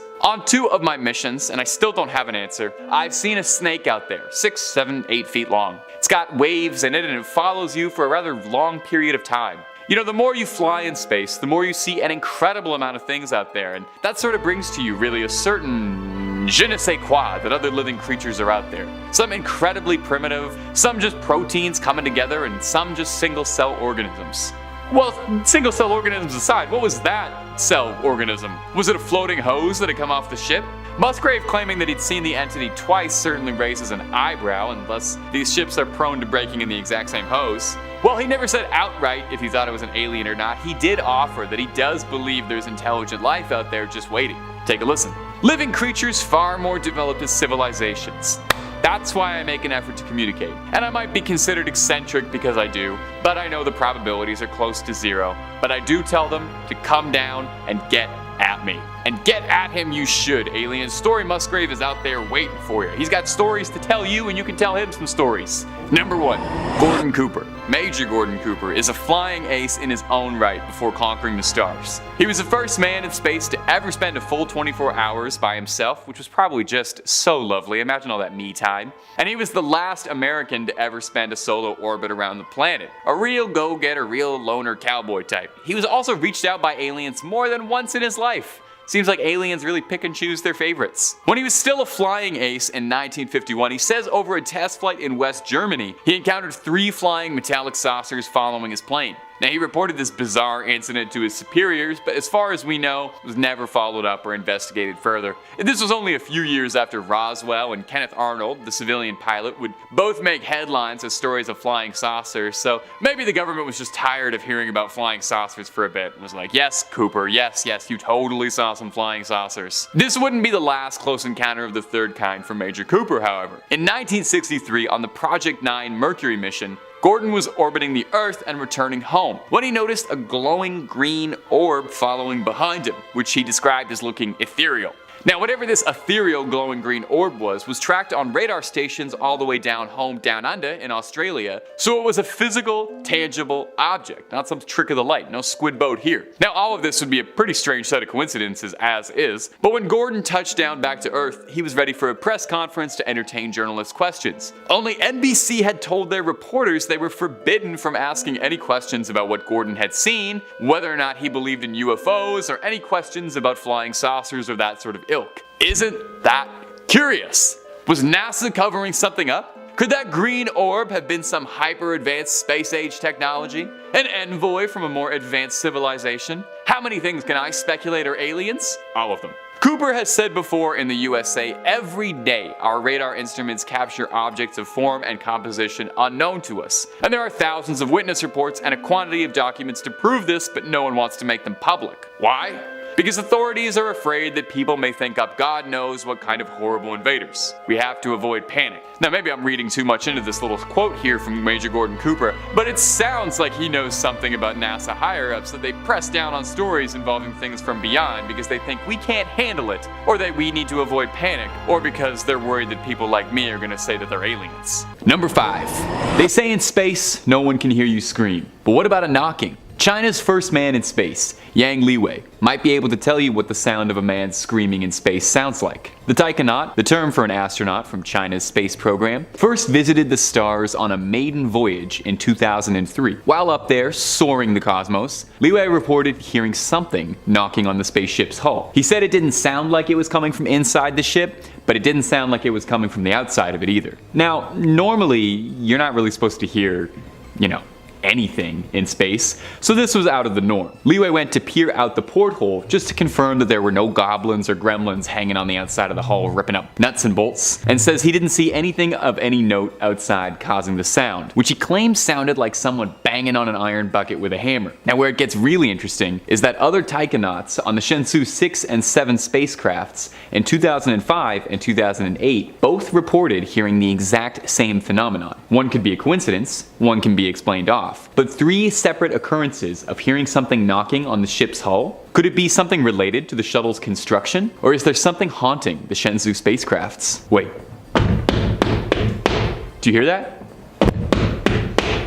That knocking? It sounds like a transmission coming from inside the studio. Something, a voice telling me that you should subscribe to Top 5 Scary Videos for the best scary videos on the web. It's strange. I don't know what it means. Sorry, let's move on. Number 4. Now we know space is silent, I'd say no one can hear you scream, but I literally just used the alien joke on the last point, and I've hit my quota for 80s movies references already, and we're not even halfway through the list. I think the silence of the stars would drive me absolutely nutty. I don't know how I'd handle the quiet. I need something in my ears. In 1969, a triumvirate of 3 astronauts claimed they heard something pierce the silence. Apollo 10 astronauts Tom Stafford, Gene Cernan, and John Young, while on the surface of the moon, were photographing craters, making memories, that sort of thing, when all 3 of them unanimously claimed they had heard something ethereal on their headsets, claiming that they had heard a sound that was strange, melodic, and composed and otherworldly. All of them described it as music. Now, it's worth noting that it was 1969, so there was no chance that someone accidentally had just left an Aphex Twin album inside the ship's CD player. Commander Cernan said at the time, "We're gonna have to find out about this because no one is going to believe us. Don't worry. Just like the Ghostbusters, we're ready to believe you." And look at that, I snuck in another 80s movie reference without you even noticing. So what exactly was the crew listening to? Could it have just been something malfunctioning on the ship? Feedback from some equipment somewhere? Or could it have been some extraterrestrial entity trying to contact them, or getting caught on the airwaves? Now, some speculate radio interference,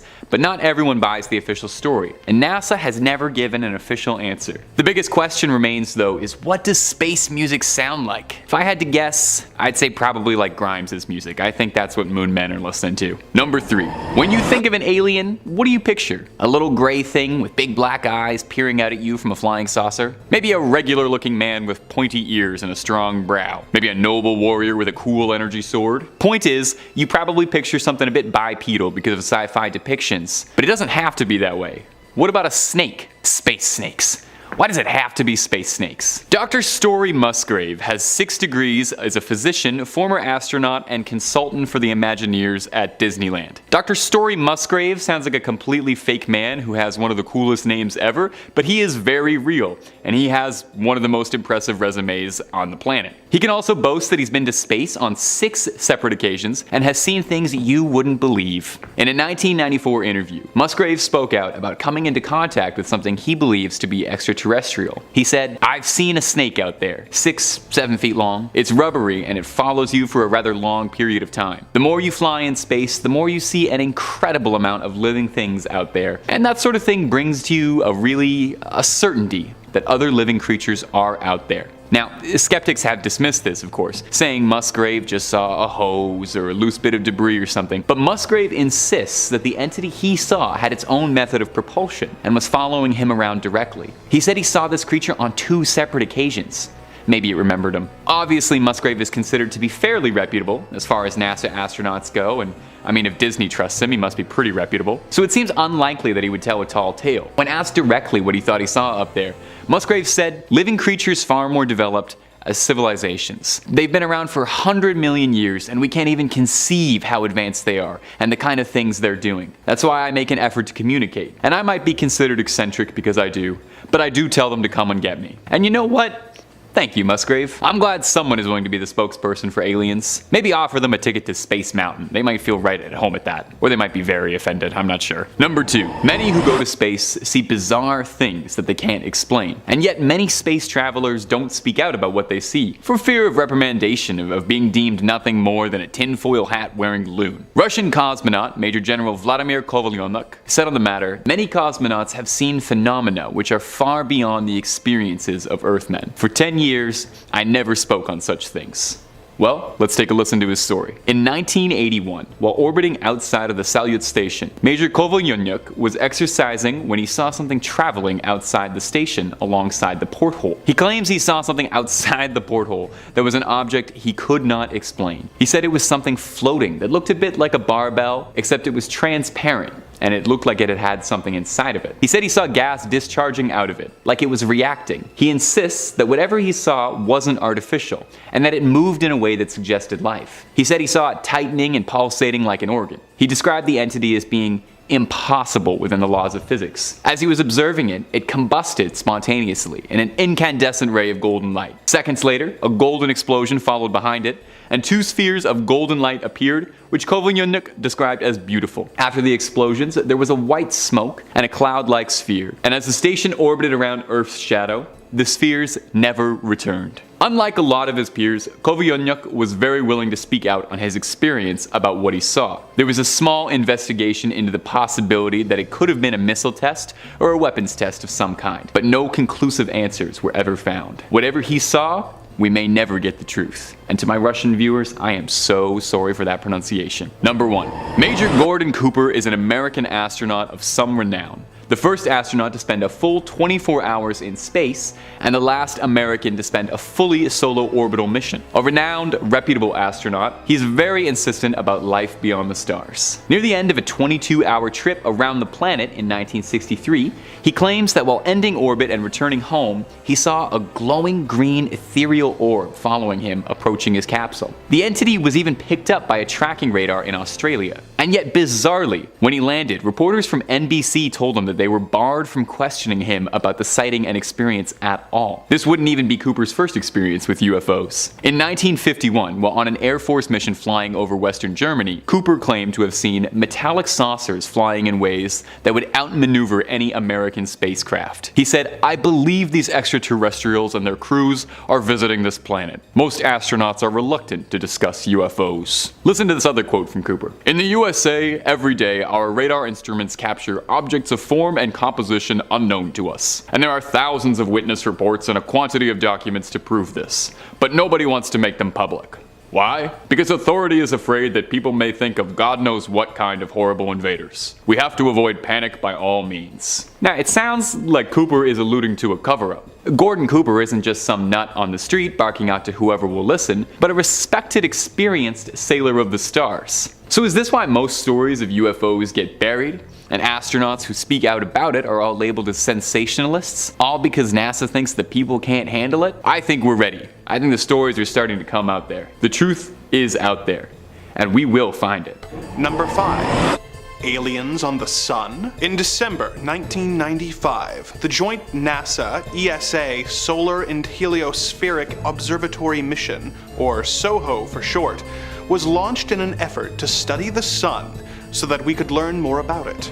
SOHO has allowed us to study the Sun inside out, helping us to learn about its internal structure, its extensive outer atmosphere, and the powerful solar winds that blow across our solar system. SOHO was integral in proving once and for all that the Sun does not in fact wear a giant pair of sunglasses, as has been implied by several children's art projects. SOHO captures images across several different spectrums of light, most of which are then made available for public consumption on the internet. Most of these images are pretty innocuous, but sometimes someone will see something that can't be explained, proving that sometimes staring at the Sun can be beneficial.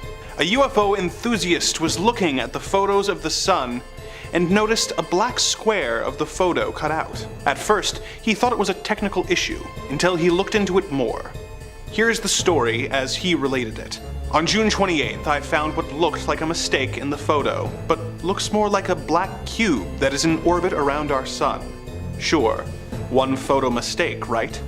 Wrong. NASA and SOHO have the most advanced telescopic equipment available. For a cube to be missing from the photo, either it was cut out by NASA to hide something, or is it a flying cube in orbit around the Sun? Crazy? I think not. How often do you look directly at the Sun? Never, because it will damage your eyes. So it would go unnoticed. However, scientists around the world have stated there are UFOs orbiting the Sun many times larger than the Earth. I have recorded 3 instances of this cube flying around in different positions this month. For a long time, it was assumed that these squares were simply a computer glitch. But 4 years later, the squares showed up in a photo again. But the idea that this was a technical issue was called into question when separate UFO enthusiasts came forward with photos from a different SOHO camera that showed the square in the same spot. Is there a cube-shaped UFO orbiting the Sun? Or is NASA editing out something from the photos before releasing them? If there is something there, what are they trying to accomplish by hiding it? Number 4. Neil Armstrong's alien encounter. On July 20th, 1969, history was made as the Apollo 11 lunar module landed on the moon, allowing its crew members, Neil Armstrong and Buzz Aldrin, to become the first humans to ever walk on the moon. It was a landmark day for humanity, and Neil's first steps on the moon were broadcast on television, where it was witnessed by over 650 million viewers. During his moonwalk, he had access to 2 radio channels, one that would let everything he said be broadcast both to television and mission control, and another that would allow him to speak only to mission control. At some point in the moonwalk, Armstrong switched over to his private channel. When asked in later years why he had switched to his private channel and what was said, Armstrong said, "I have no comment on that, and am uncomfortable discussing the topic in any further detail." During the time that the radio communication was unavailable to the public, several amateur ham radio enthusiasts managed to tune in to the private channel. The following quotes from the incident have been corroborated by hundreds of unrelated operators who were all tuned in at the time.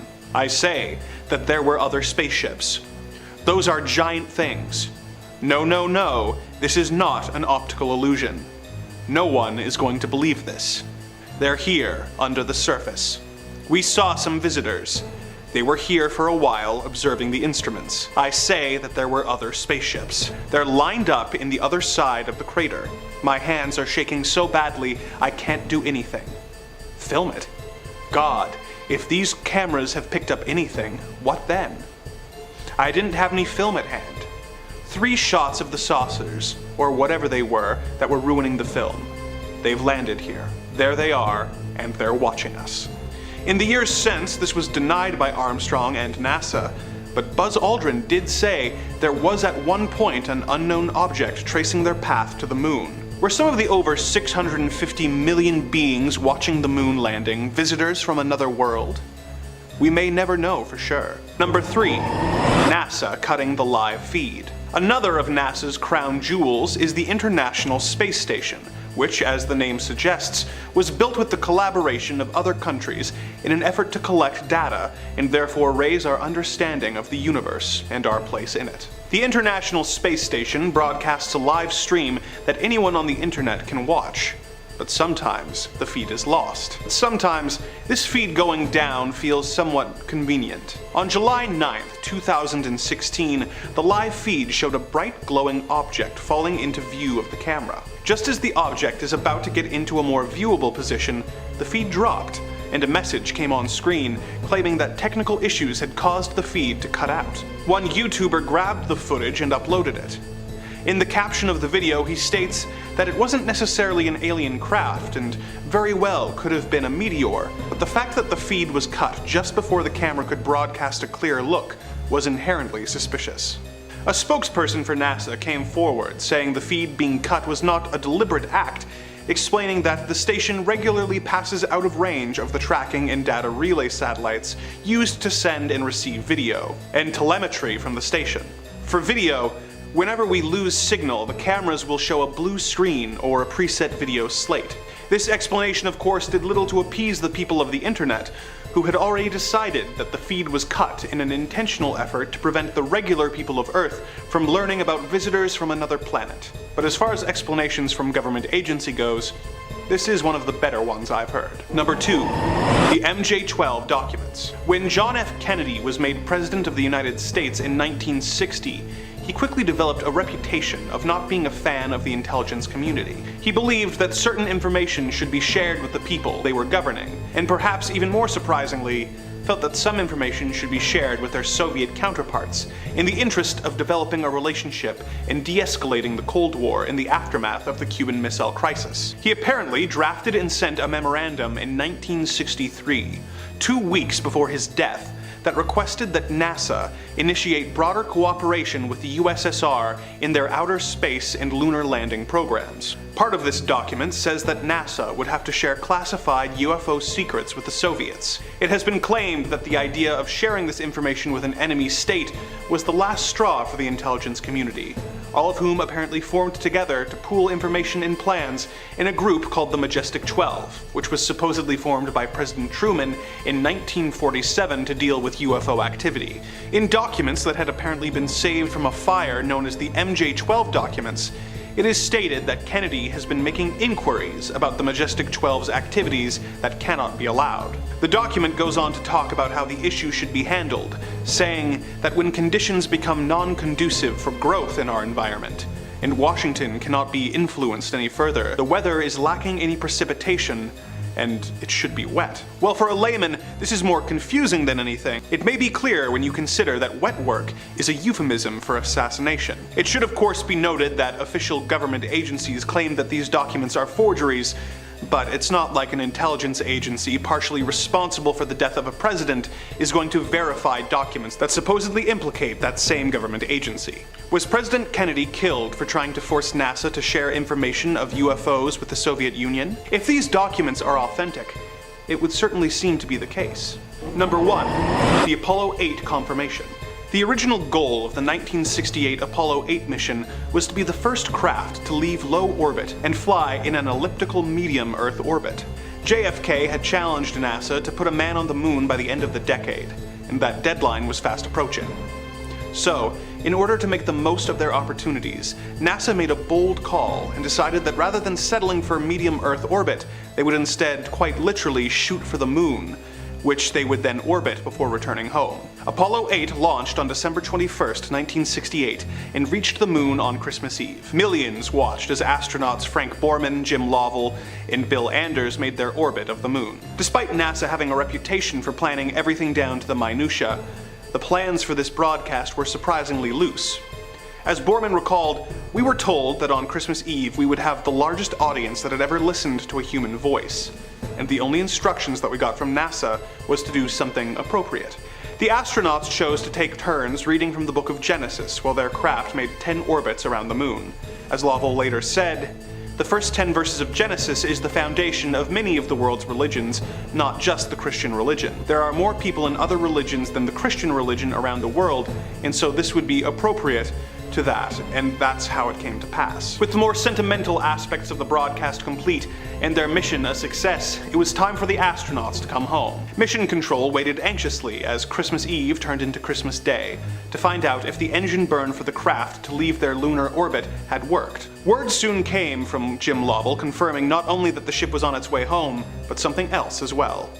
Lovell's radio communication stated, "Roger, please be informed there is a Santa Claus." In all the hubbub concerning the first lunar orbit, this news seemed almost like an afterthought. But the fact that a NASA astronaut confirmed that not only is Santa real, but that he lives on the moon is astounding.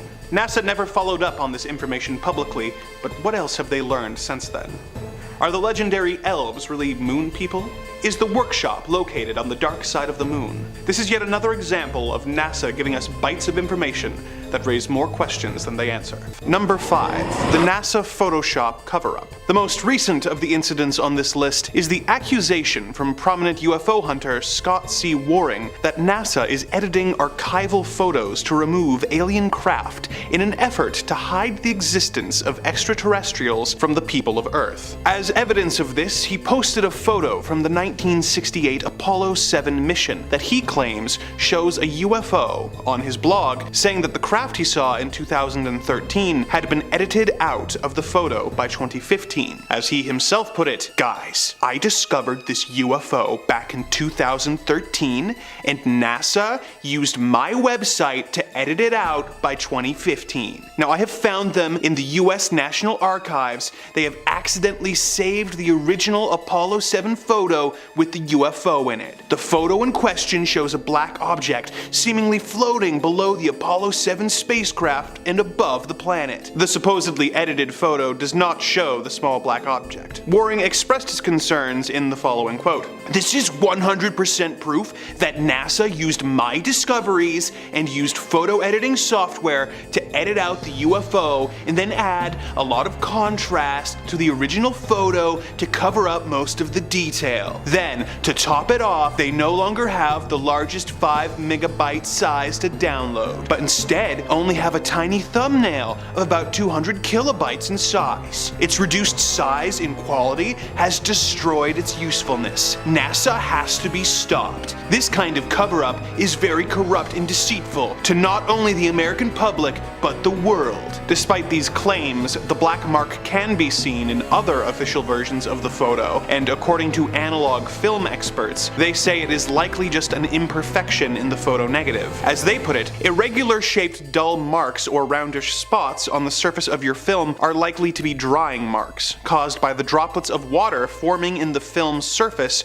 during the drying stage. These marks are typically seen on the film backing. Films washed in hard water areas are more likely to see this problem. Is NASA really altering photos in their archives in order to cover up alien life? Possibly. Is this an example of them doing so? I'm not entirely convinced. Number 4. The space fireflies. During the race to the moon between the United States and the Soviet Union, one of the landmark moments of the race was the Mercury Atlas 6 mission, when American astronaut John Glenn became the first American to orbit the Earth. As important as this moment was in the history of space exploration, it is better remembered by UFO enthusiasts for what Glenn saw out of his window during the mission. While Glenn was flying over Australia in the Friendship 7 capsule, he looked out the window and saw what he later described as fireflies. Upon seeing this, he radioed the following back to NASA Mission Control: "I am in a big mass of some very small particles that are brilliantly lit up like they're luminescent. They look like little stars." Glenn then tapped on the window, and the fireflies seemed to react and flew away. NASA was of course worried that this was parts of the capsule heat shield collapsing, but thankfully for Glenn, this was not the case. Because the mission wasn't being broadcast live, the firefly story didn't get much media attention, being somewhat of an urban legend. However, when the next American in space, Scott Carpenter, also reported seeing the luminescent particles, NASA had an excuse at the ready, saying that it was caused by ice particles from the condensation of the ship's heat exchanger. While to most this would sound like a plausible explanation, John Glenn maintained until the day he died that what he saw could not be explained by ice particles. What did John Glenn see out his capsule window during the 1962 Mercury Atlas mission? Was it really ice particles? Or is NASA trying to hide the truth from the people of Earth? Was John Glenn right? Is it a coincidence that multiple James Bond films were also directed by a man named John Glenn? We may never know. Number 3.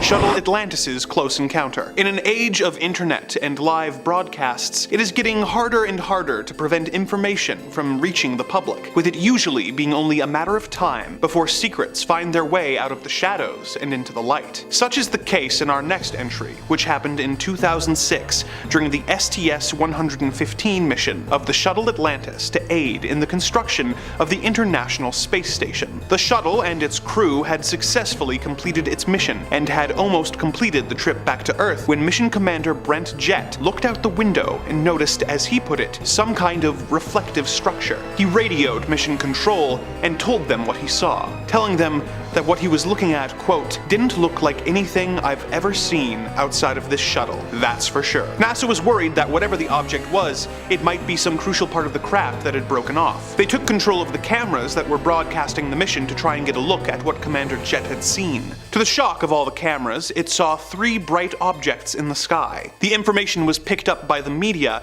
and NASA scrambled to come up with a suitable explanation. They ordered an inspection of the craft to see if it was a broken off part of the ship as they had assumed, but could not find any evidence of damage. When the ship returned to Earth, another inspection was ordered, but once again, no damage other than a small micrometeor impact was found. NASA has never been able to explain what happened during this mission, and seem to have made no effort at all to solve the mystery in the years since. Or do they already know what happened, and simply do not want us to be in on the secret? As disturbing as that prospect may be, it would not surprise me to learn that it is the truth. Number 2. Gordon Cooper's Alien Adventures. Gordon Cooper is an important figure in the history of space travel, having served as an aerospace engineer, a test pilot, a pilot for the United States Air Force, and being the youngest of the 7 original Project Mercury astronauts. He was the first American to spend a day in space, the first to sleep in space, and was the last American to go on a solo orbital mission and set the space endurance record when he traveled 3,312,993 miles in 190 hours in 56 minutes, thus proving that astronauts could survive in space for the length of time that would be required to travel to the moon and back. He was an extremely important historical figure, but unlike many other NASA astronauts, he was not shy about talking about the various experiences he had over the years with unidentified flying objects, and the government's effort to cover these experiences up. Gordon Cooper claimed that he had seen his first UFO while flying over West Germany in 1951, but that his first experience with government cover-ups came in 1957, while he was stationed at the Edwards Air Force Base in California. He had put a crew in charge of setting up an Ascania cinetheodolite, which is a photographic instrument used for collecting trajectory data of aircraft, missiles, rockets,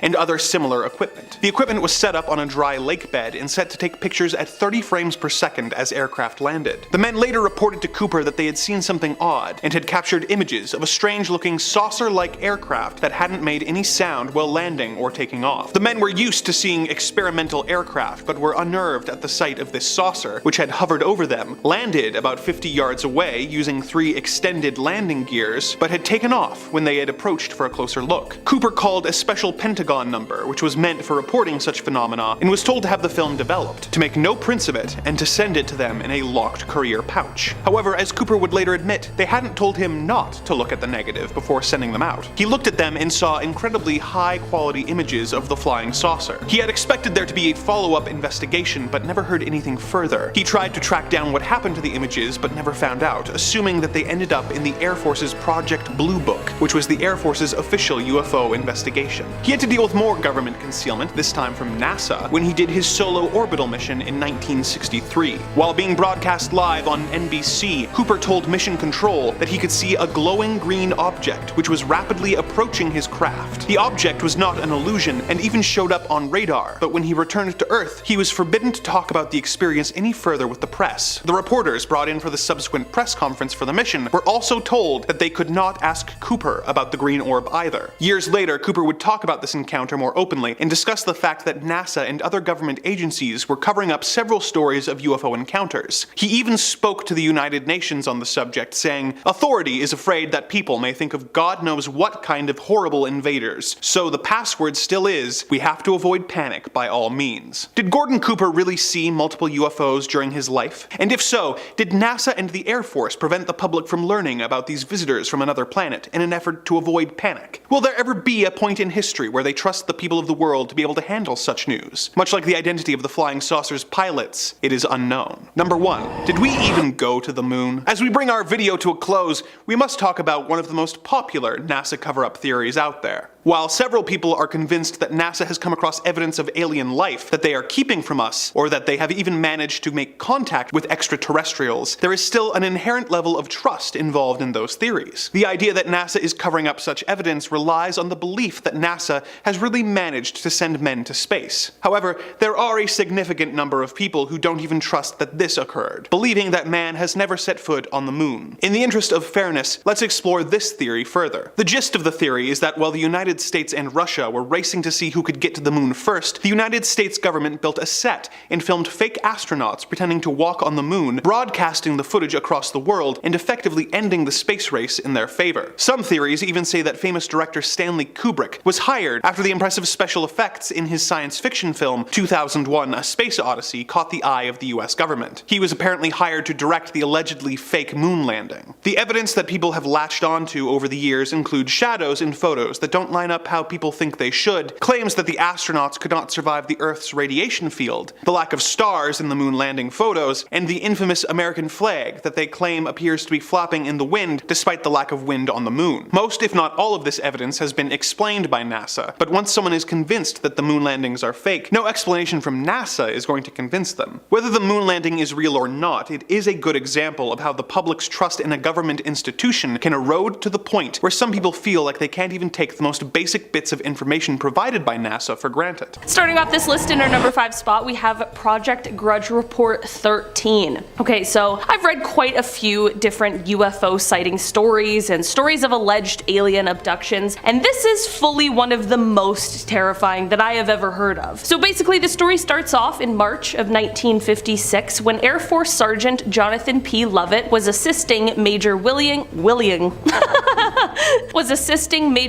Cunningham in the White Sands Missile Testing Grounds near Holloman Air Force Base in New Mexico. The pair were out searching for debris from a recent rocket test when Major Cunningham heard a loud scream. His first thought was that Sergeant Lovett had been bitten by a snake, so he went around to help aid his partner when he allegedly saw something he never expected. He recounted seeing the sergeant being dragged away by some sort of long serpentine arm that had wrapped around his legs. Whatever this creature was, it was connected to a hovering silver disc that was in the air about 15 feet away. The major stood there in horror as he watched this creature and the sergeant retreat into the craft, which then rose vertically into the sky. Of course, he radioed for help, and while he was taken to the hospital for observation, search teams were sent out immediately. It wouldn't happen until 3 days later that they would find the body of Sergeant Lovett, only 10 miles from the site where he was said to have disappeared from. The autopsy performed on him later also only raised more questions than answers, as his body was severely harmed. So of course there was an investigation that happened, and many people claim this investigation was detailed in a 600-page document labeled Project Grudge Report 13. But the problem with this is that no official information on Report 13 exists, and the US government denies its very existence. Though Grudge Reports 1 through 12 have been declassified, along with Report 14, no official mention or accounting of Report 13 exists, and the story solely relies on secondhand accounts of the horrible incident. In our number 4 spot today, we have the cigar-shaped UFO. Okay, so let's set the stage. It's 2:45 a.m. on July 24th, 1948, and there are 20 passengers aboard a twin-engine propeller plane that is at 5,000 feet, being flown from Houston to Atlanta by pilot Clarence S. Childs and co-pilot John B. Whitted. Out of the 20 passengers on board, 19 of them are asleep at these early morning hours, and everything seems to be going as per usual until it wasn't. The 2 pilots and the 1 passenger who was awake all witnessed the same thing about 20 miles southeast of Montgomery, Alabama. About a week after the incident, the pilot explained what he had seen by saying, quote, "It was clear there were no wings present, that it was powered by some jet or other type of power shooting flame from the rear some 50 feet. There were 2 rows of windows which indicated an upper and a lower deck, and from inside these windows a very bright light was glowing. Underneath the ship there was a blue glow of light. By his estimates, he watched the UFO for about 10 seconds before it completely vanished." The co-pilot gave a similar explanation and also added, quote, "The object was cigar-shaped and seemed to be about 100 feet in length. The fuselage appeared to be about 3 times the circumference of a B-29 fuselage. It had 2 rows of windows, an upper and a lower. The windows were very large and seemed square. They were white with light, which seemed to be caused by some type of combustion. I asked Captain Childs what we had just seen, and he said that he didn't know." Well, this is obviously all very strange and peculiar. What has driven UFO enthusiasts even more is the fact that this strange sighting was of course later investigated by the US government, but the results of that investigation have allegedly been mostly destroyed. Does that mean that they found something they aren't willing to share yet? Some believe that perhaps the pilots and the passenger witnessed a secret Soviet spy craft, while others believe it was definitely something of the extraterrestrial variety. In our number 3 spot today, we have the Lubbock Incident. On August 25th, 1951 in Lubbock, Texas, a group of scientists from the Texas Technical College were all hanging out in the backyard of geology professor Dr. W.I. Robinson. They were all just chilling, enjoying each other's company, until around 9:20 p.m. when they saw something very strange. It was a V-shaped formation of 15 to 30 bluish-green lights passing overhead. They were completely confused over what it could be, but figured that the lights would likely reappear, which they did. About an hour later, the lights reappeared, and at this point, all of these scientists knew that they had witnessed something exceptionally interesting, but what was it? The scientists weren't the only ones to witness the lights either. About 350 miles away in Albuquerque, New Mexico, an employee of the Atomic Energy Commission's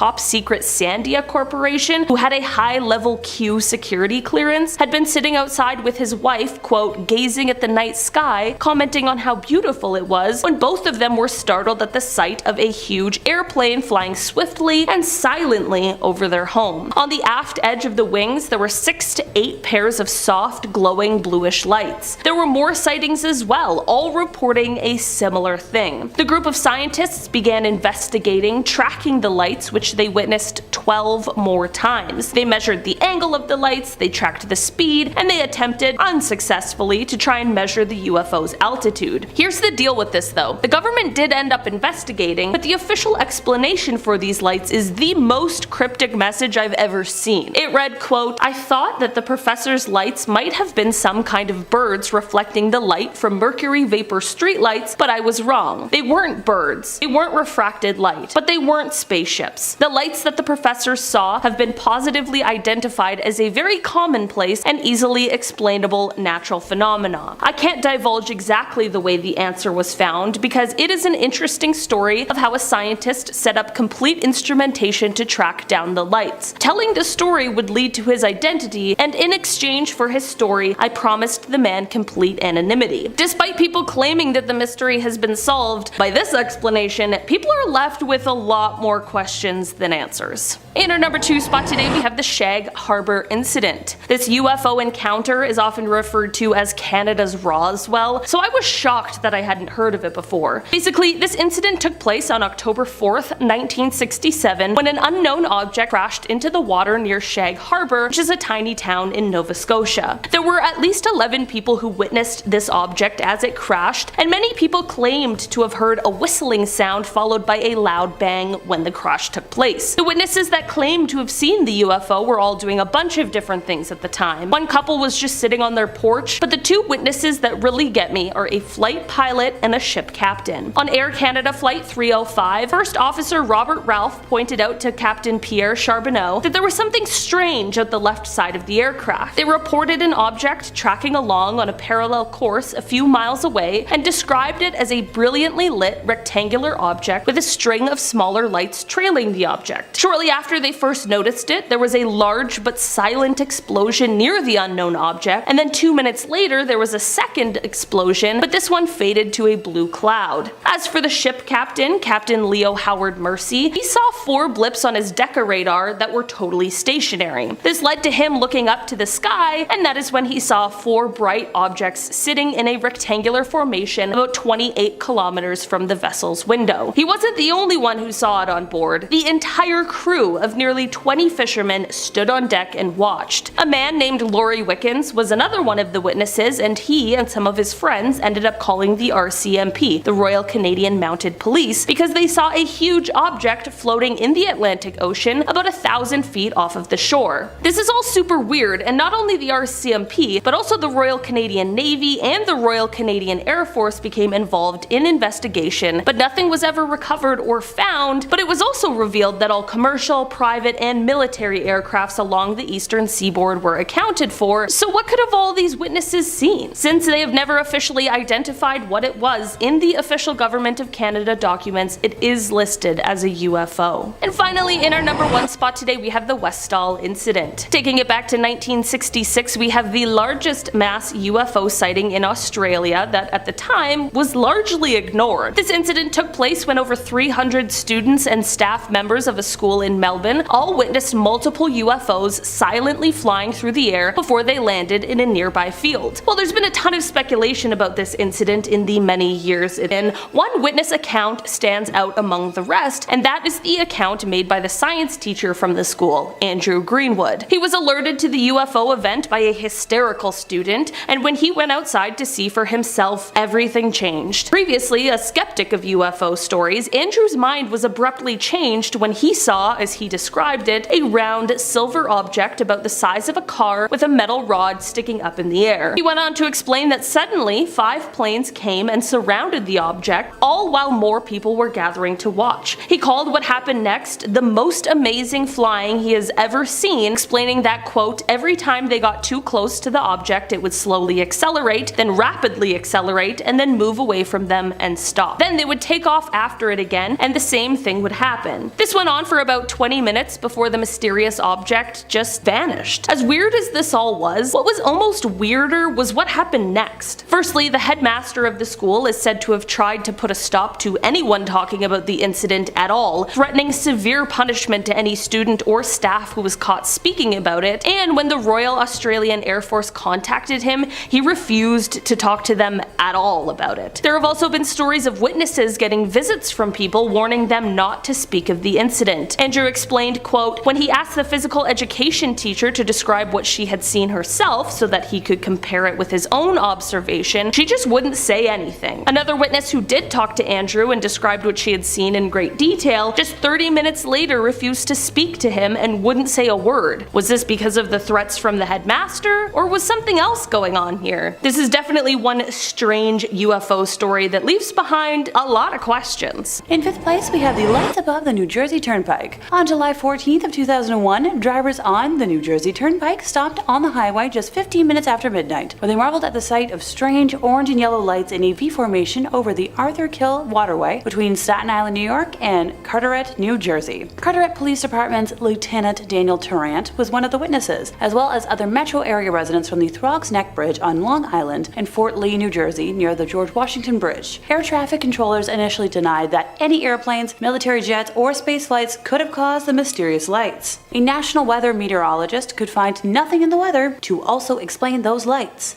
Luckily, when there's something strange in one's neighborhood, one can always call New York Strange Phenomena Investigators, or NYSPI. No Ghostbusters here. This band of inquisitive minds claim to have discovered the FAA radar report from Newark International Airport on the night in question that indicates an enormous number of airborne objects, without transponders, beginning at around 10:31 p.m. and ending at 12:51 a.m. EST. At least 15 people contacted the police department to report the strange lights, but Tarrant and other police officers are at a loss to explain just what it was hovering in their skies. Here's the thing.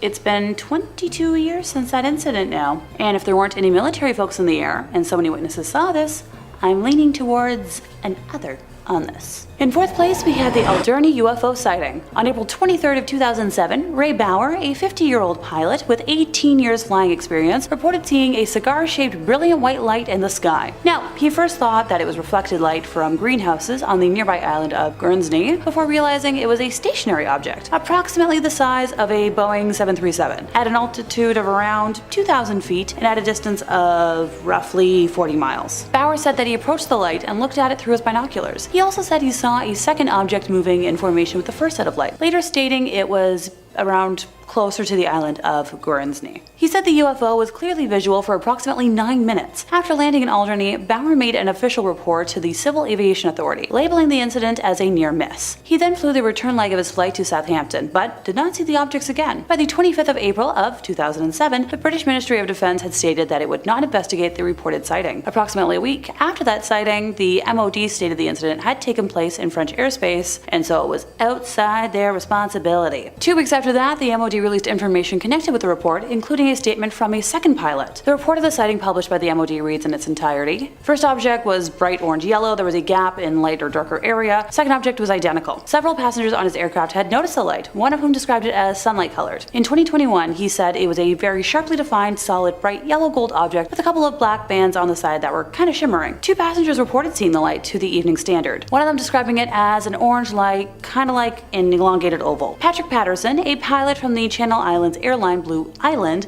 reported that he saw a similarly described object in the same approximate position. It was later reported that this pilot saw an object behind him to his left at around 1,950 feet. One interpretation of this event was that this was an atmospheric phenomenon. Despite the pilot's openness about the incident, the cooperation of the military, and countless eyewitness reports from passengers and people on the ground, the incident remains a total mystery. I'm just saying, there are too many witnesses for this to be anything fake. In 3rd place, we have the Belgian UFO wave. So the Belgian UFO wave began in November of 1989 and peaked with the events of the night of the 30th to the 31st of March 1990. On that night, one unknown object was tracked on radar, and 2 Belgian Air Force F-16s were were sent to investigate, with neither pilot reporting seeing the object. No reports were received from the public on the date, but over the next 2 weeks, reports from 143 people who claimed to have witnessed the object were received, all of them after the event. Over the ensuing months, many others claimed to have witnessed these events as well. Following the incident, the Belgian Air Force released a report detailing the events of that night. Yeah, I'll backtrack, I promise. At around 11 o'clock at night on the 30th of March, the supervisor for the Control Reporting Center, or CRC, at Glans received reports that 3 unusual lights were seen moving towards Thorenby-Gembloux, which lies to the southeast of Brussels. Glans CRC requested that the Wever Gendarmerie send a patrol to confirm the sightings. Approximately 10 minutes later, some reports stated that a second set of lights were seen, moving towards the first triangle. Traffic Center Control tracked one object only on its radar. An order to scramble 2 F-16 fighters from Beauvais Air Base was given. Throughout this time, in reports after the event, some people claimed that the phenomenon was visible from the ground, describing the whole formation as maintaining their relative positions while moving slowly across the sky. And over the next hour, the 2 scrambled F-16s attempted 9 separate interceptions of the target. On 3 occasions, they managed to obtain a radar lock for a few seconds, but these were later shown to be radar locks on each other. After around 12:30 in the morning, radar contact became much more sporadic, and the final confirmed lock took place at around 40 minutes. After midnight. Following several further unconfirmed contacts, the F-16s eventually returned to the base shortly after 1 a.m. Members of the Wever Gendarmerie, who had been sent to confirm the original report, described 4 lights now being arranged in a square formation, all making short, jerky movements before gradually losing their luminosity and disappearing in 4 separate directions at around 1:30. During one of the radar locks, the UFO accelerated from 150 miles per hour to over 1,100 miles per hour, while changing altitude from 9,000 feet to 5,000 feet in a matter of seconds. After his retirement, Major General Wilfred de Bruy wrote in a statement that the Belgian UFO wave was exceptional, and the Air Force could not identify the nature, origin, and intentions of the reported phenomena. The Belgian objects have still never been explained. Look, Air Force folks are the ones to trust in situations like this. They're literally trained on how to recognize aircrafts in the sky. In second place, we have a sighting in Alaska. Japan Airlines cargo flight 1628 was a UFO incident that occurred on November 17th of 1986, involving a Japanese Boeing 747-200F cargo aircraft. I'm learning a lot about planes today. The aircraft was en route from Paris to Narita International Airport, near Tokyo, with a cargo of Beaujolais wine. Wine. Focus, Alexa, focus. Over the Reykjavik to Anchorage section of the flight at around 1711, so 511 over eastern Alaska, the crew first witnessed 2 unidentified objects to their left. These abruptly rose from below and closed in to escort the aircraft. Each had 2 rectangular arrays of what appeared to be glowing nozzles or thrusters, though their bodies remained obscured by darkness. When closest, the aircraft's cabin was lit up and the captain could feel their heat on his face. These 2 crafts departed before a third, much larger disc-shaped object started trailing them. Anchorage Air Traffic Control requested an oncoming United Airlines flight to confirm the unidentified traffic, but when it and a military craft sighted plane 1628 at around 10 to 6, no other craft could be distinguished. Captain Terrochi contacted Anchorage Air Traffic Control and requested, a change of course. The UFO followed the plane despite any of the captain's maneuvers. The sighting lasted 50 minutes and ended in the vicinity of Denali. All of the data, including ground radar that captured the unidentified craft, was collected and presented at a meeting with the FBI and the CIA. After reviewing all the material, the government officials decided that this was the first radar recording of a UFO. Yep, I didn't stutter. The government confirmed this. In first place, we have the Shag Harbor UFO incident. So this incident was the reported impact of an unknown large object into waters near Shag Harbor, Nova Scotia, a tiny fishing village on the Atlantic coast, on October 4th of 1967. The reports were investigated by the RCMP, Canadian Coast Guard, the Navy, and the Air Force, as well as the U.S. Condom Committee. I had to research that because I first thought it was like a typo for condom, and I almost busted out laughing. Alrighty. Time for facts. At about 11:20 p.m. Atlantic Daylight Time, at least 11 people saw a low-flying lit object heading towards the harbor. Multiple witnesses reported hearing a whistling sound like, a large kaboom device, and then a whoosh, and then finally a loud bang. While en route to Toronto, while flying over Sherbrooke and St. John, Quebec, at around 3,658 meters from the Halifax International Airport, Air Canada officer Robert Ralph pointed out to Captain Pierre Charbonneau on Flight 305 that there was, something strange out the left side of the aircraft at 7:15 p.m. In his report, the captain reported an object tracking along on a parallel course a few miles away. He described it as a brilliantly lit, rectangular object with a string of smaller lights trailing it. At 7:19 p.m., the pilots noticed a sizable silent explosion near the large object, and 2 minutes later, a second explosion occurred which faded to a blue cloud around the object. Meanwhile, while standing at the wheelhouse of his vessel, Captain Leo Howard Mercy was looking at 4 blips on his Decker radar that were stationary. When he looked up at about 28 kilometers from the vessel's windows, he could see the 4 bright objects situated in a roughly rectangular formation. The entire crew of nearly 20 fishermen stood on deck and watched the object in the northeastern sky. Mercy radioed the Rescue Coordination Center and the harbor master in Halifax, asking for an explanation, and filed a report with the Lunenburg RCMP outlining his sighting when they returned to port. Over in Halifax, the Chronicle Herald and local radio stations reported a glowing object that was seen by many people who called their newsroom. They reported witnessing strange glowing objects flying around Halifax at around 10 p.m. Assuming an aircraft had crashed, within about 15 minutes, 2 RCMP officers arrived at the scene.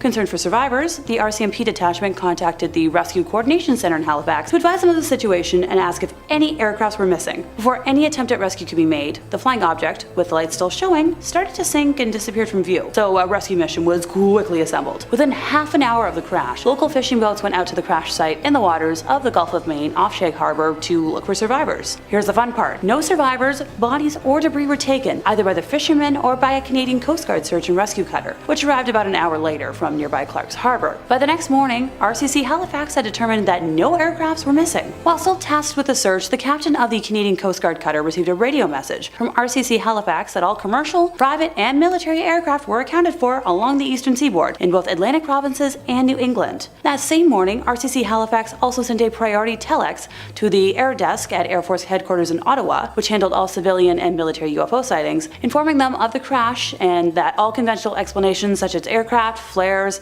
had been dismissed. The object was never officially identified and was therefore referred to as an unidentified flying object in the Government of Canada documents. Yep, that was the name. I'm just going to repeat this.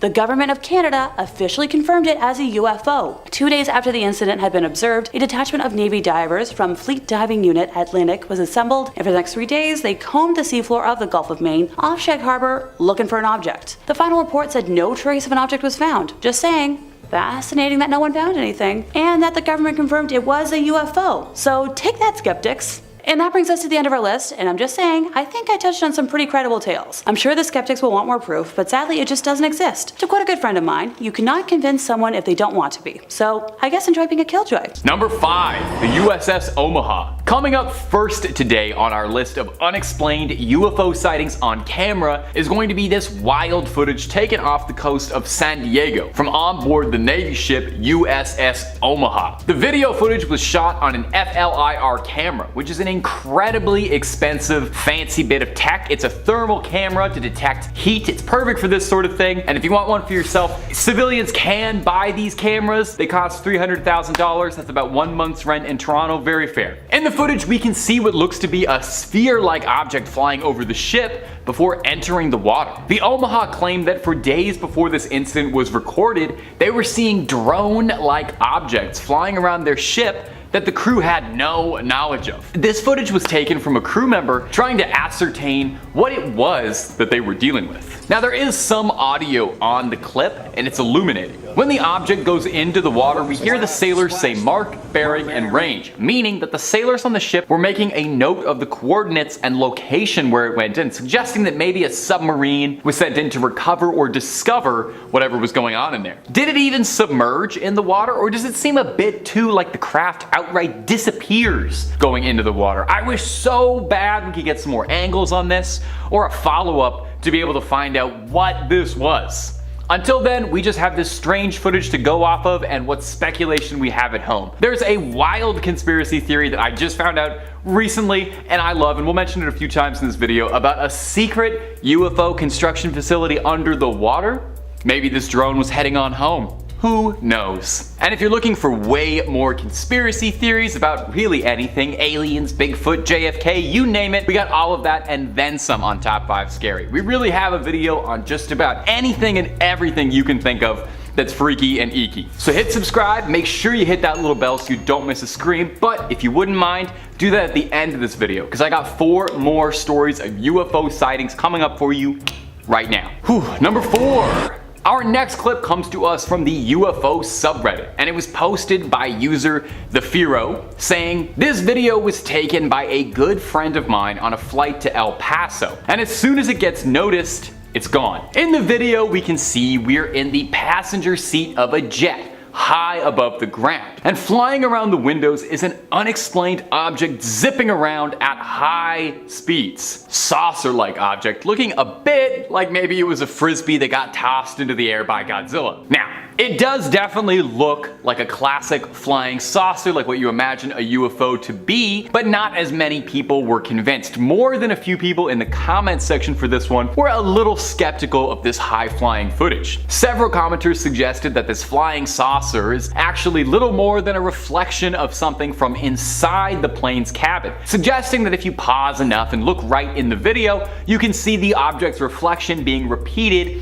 in the window pane. Now, there are just as many people suggesting that it is a solid object existing outside the plane. The trouble is, we've been given very limited footage and it's hard to tell, and there was no follow-up by the original poster to provide any more details, so we only have this little excerpt that we've been given. Whenever there's a scenario like this, I do like to leave it up to you, my faithful YouTube comment audience. What do you think? Is this a flying saucer soaring above the clouds or just a reflection of some light? I could honestly go either way with this one. I will say it could easily be explainable as a reflection, but I also feel like the object has a certain weight to it. I don't know, I'm directly in the middle for this one. I'm a centrist on this video. It should have been the number 3 point, but it wasn't. Anyway, jury's out. Please let me know what you think of this. And let's move on to number 3. Number 3, New Delhi. Coming up next is going to be this clip shared online with the caption, "A weird set of lights above New Delhi."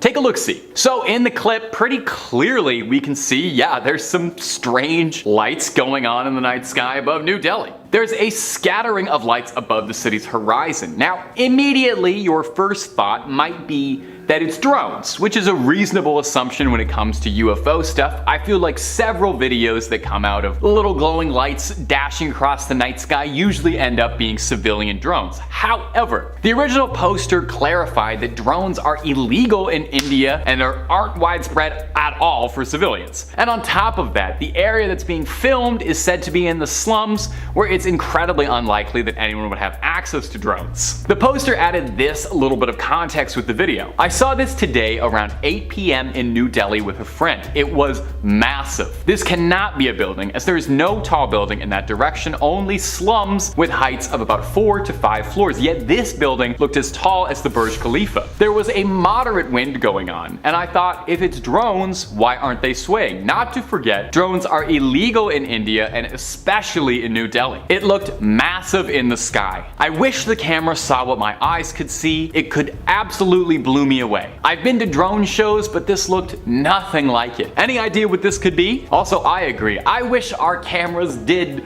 just capture exactly what our eyes saw. It would make all this UFO stuff so much easier, and also I would finally get a nice picture of the moon to have on my phone. Now, some people in the comment section on this clip suggested that maybe it was a laser light show, but that's just speculation and nothing concrete. Well, one particularly good suggestion from a commenter that did make me laugh said that the original poster should have ran towards the lights to see what happens and investigate up close and personal, you know? Worst case, yeah, you get abducted, never see your friends, family, or home planet again, but you also would get the ride of a lifetime, and if you do survive to come back home, you get an amazing story to tell people. So live a little. Number 2, Garden Ridge. Our next offering for your entertainment, and I hope your amusement, is this short clip that was uploaded to YouTube pretty recently. UFO spotted over Garden Ridge, Texas. In this clip, we can see a somewhat strange flying object that looks a bit like a cocoon being propelled forward, or maybe even a beehive or something. The entity has no propulsion or trails behind it, which really doesn't explain how it's moving forward so fast. Some sort of anti-gravity manipulation technology that I don't understand. Is that too wild to speculate that an alien has that? Now, we've seen cocoon-like UFOs a few times doing these videos, actually. We saw them a bunch. I don't know if you remember, one of them turned out to be Mr. Peanut, but most of them are UFOs. I'd say after triangle UFOs or little light clusters,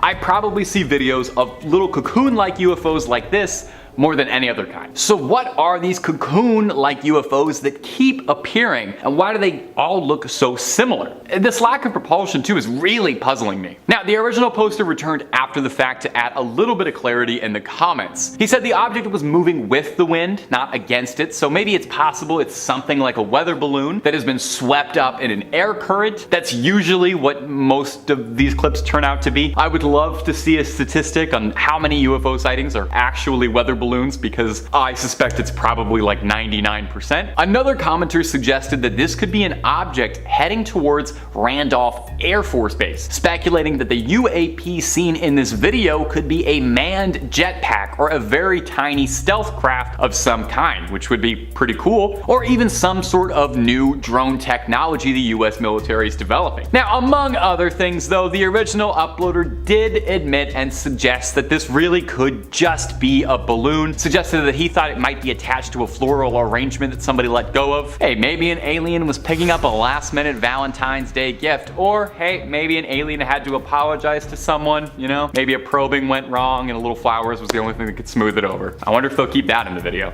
Number 1, the A-10 over Arizona. And coming up at our final spot today for crazy UFO footage is going to be this dramatic footage of a spherical UAP being filmed tailing an A-10 aircraft over Arizona. The footage was filmed by a mobile scope truck recorded by the DHS, that's the Department of Homeland Security. The craft caught on camera is one of unknown origins, well, obviously.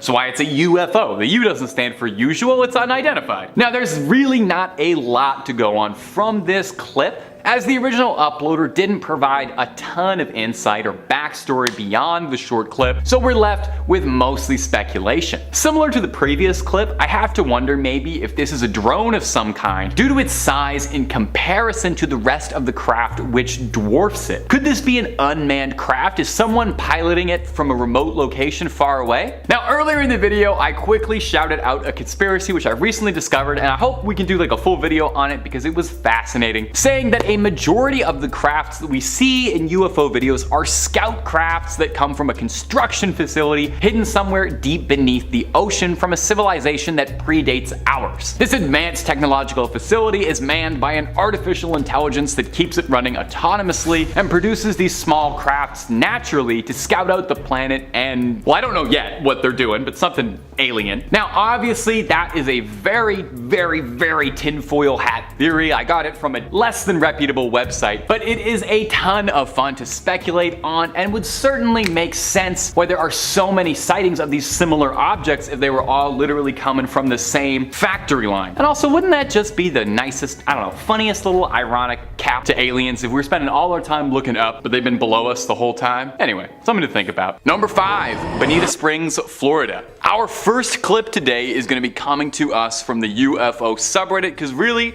where else? The UFO subreddit is doing more to get alien content out in the open than any world government is willing to, so if they're not gonna do it, we gotta let the guys online pick up the slack. This clip was posted to us from user Marcus1640, who had this to say. Well, let's roll the clip though first, I think.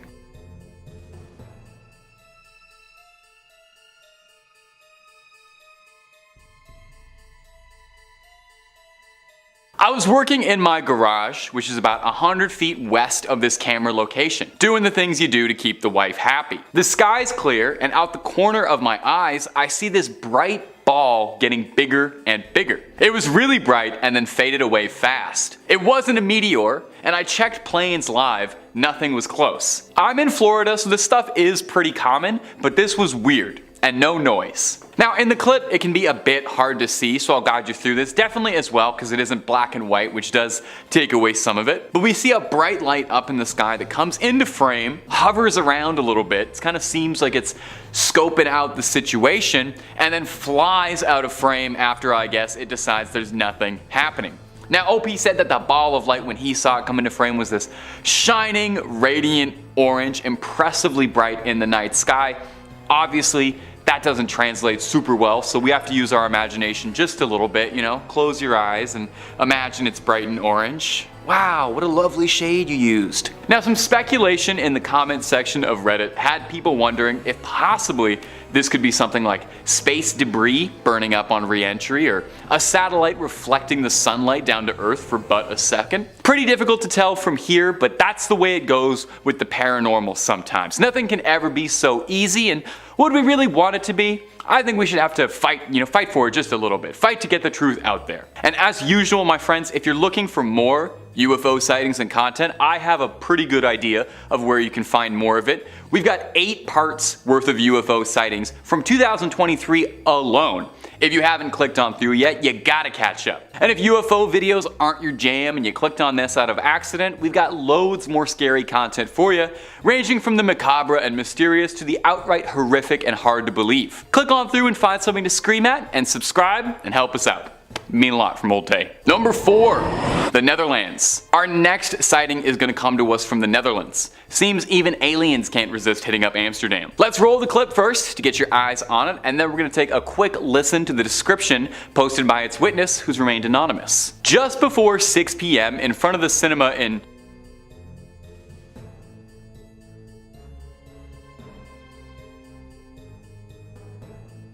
Scheveningen? There's no way I'm pronouncing that right. I noticed this object. While viewing this object, it almost did not move at all. In the entire 20 minutes I was there, the object floated very slowly once to the left and right, and then twice up and down. The shape remained exactly the same throughout. The size remained the same regardless of whether or not this object moved up, down, left, or to the right, and there were no lights to be seen on it. Everything was completely black, and it looked like there was a smudge in the sky. In terms of height, this is unfortunately impossible for me to estimate. But there were several people who, like me, took photos and videos. The object was visible for about 20 minutes. Now the video we've included was pretty short. In fact, those 10 seconds were all that was in that video anyway. But when that video was posted to Reddit, it was corroborated by a few other sources who had all seen the same thing and posted similar videos. Meaning, this isn't some CGI trick, or if it is, a lot of people are in on this conspiracy. So what do we think this could possibly be? The usual suspect of it being a strange blimp or a balloon is always a possibility, and I've seen enough of these videos now that I'm always instantly like, this is probably just a balloon, isn't it? But it's still very, very weird. So let me know down below what you think. I love hearing from you guys about what you think on all this. Number 3, Phoenix, Arizona. This next clip was first posted to TikTok, but since being posted there has been making the rounds across the web since it's got UAP enthusiasts like yours truly peering their eyes open and gluing them to the screen. Let's take a look and you all tell me what you think, okay?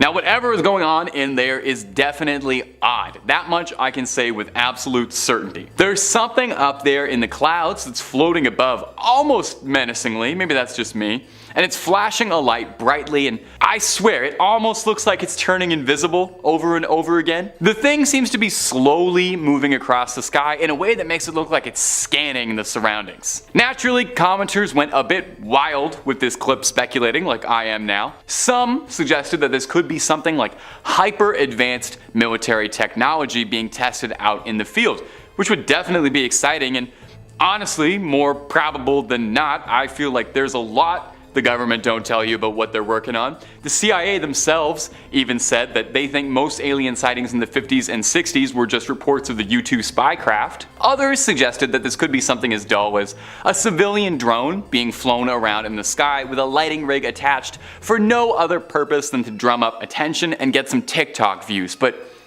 do you really think someone would do that? Someone would go on the internet and just lie for attention? I don't know. Meanwhile, more than a few people on the original TikTok were very convinced that this was a proper UAP alien sighting and could have been an alien visitor caught on tape. Comment section, I'm gonna toss this one over to you as always. Me, personally, I'm a little inclined to believe this might be a boring one. This could just be a drone, just because I'm not so sure that our alien visitors would give themselves away so easily by attaching lights to their crafts and letting themselves get identified so easily, but maybe that's what they want us to think. So I'm curious what you all think it could be. Number 2, Scotland. This next clip is going to be coming to us from Scotland. I like when we have UFOs UFOs all across the globe. You know, it makes it seem like we're all in this together. It was originally posted on the UFO subreddit as well. I'll roll an excerpt of the clip and then I'll walk you through the context that the user provided additionally with it. Let's roll it.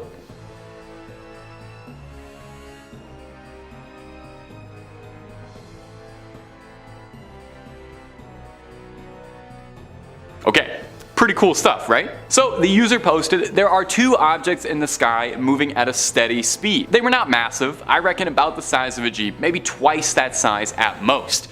Twice the size of a Jeep is pretty big, I think. Definitely smaller than a plane, but a lot bigger than drones. They had no lights, no wings, no windows, and no propellers. They also made no noise. These objects looked much bigger in real life than they did in the video. On film, they appear to be black, but in real life, I would say they had a color similar to a cloud.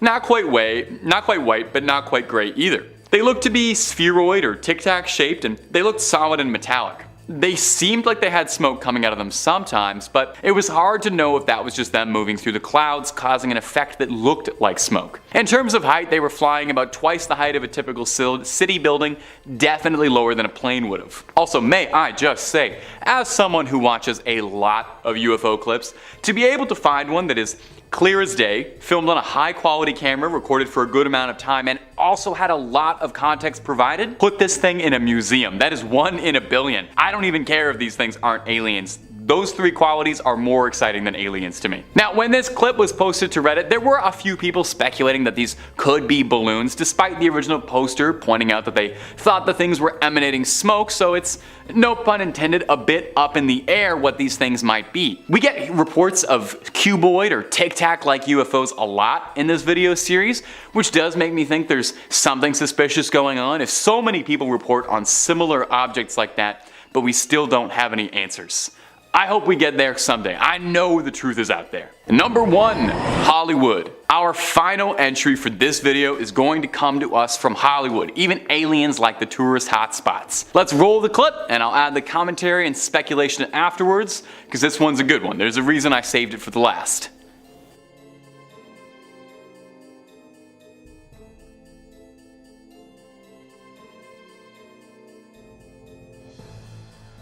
Now, the original poster and uploader stated, "We noticed this huge object in the sky just sitting there by the Hard Rock Casino in Hollywood, Florida." Whoa, whoa, whoa, whoa, stop the track, stop the video.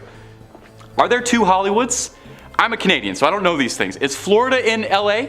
You guys have to fix that for me. Okay, moving back. Anyway, the object blurred itself out when we started recording it. It was huge. It didn't do much, but it just sort of sat there and blurred itself out. I have tried to Google to find out what it was, but I'm coming up with nothing. It was my husband, my 2 kids, and I who witnessed this together. Now, I gotta admit, this is one of the most compelling bits of UFO evidence I have seen in a minute.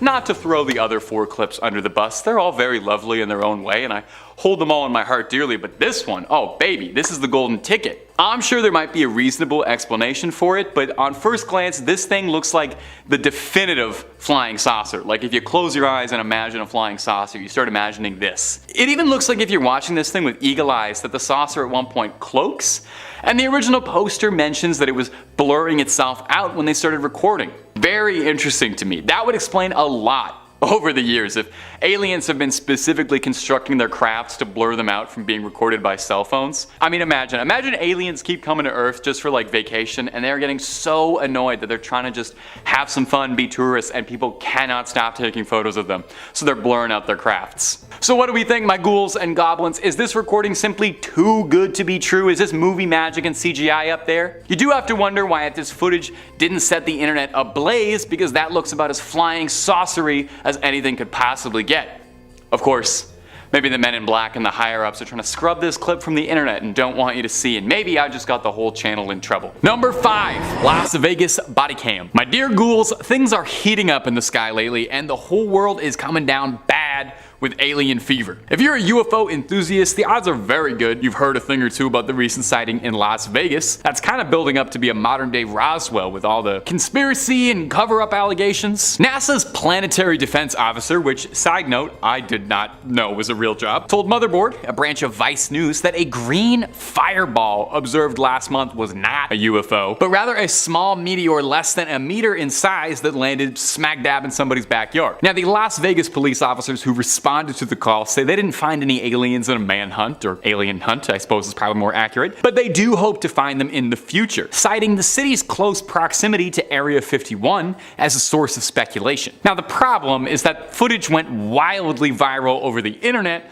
when a police officer's body cam was uploaded. We've got a little bit of this footage for you here today. It's kind of hard to make anything out of it, like most blurry alien footage, but it's fun to let our speculations run wild, and this TikToker seems adamant that you can see an alien over one of the cop's shoulders. Personally, I think it does look a bit just like a light or like a headlight or something, but you let me know what you feel like you see. The case has been captivating, with the 911 callers claiming that they saw tall, non-human entities in their backyard with big glowing eyes looking at them.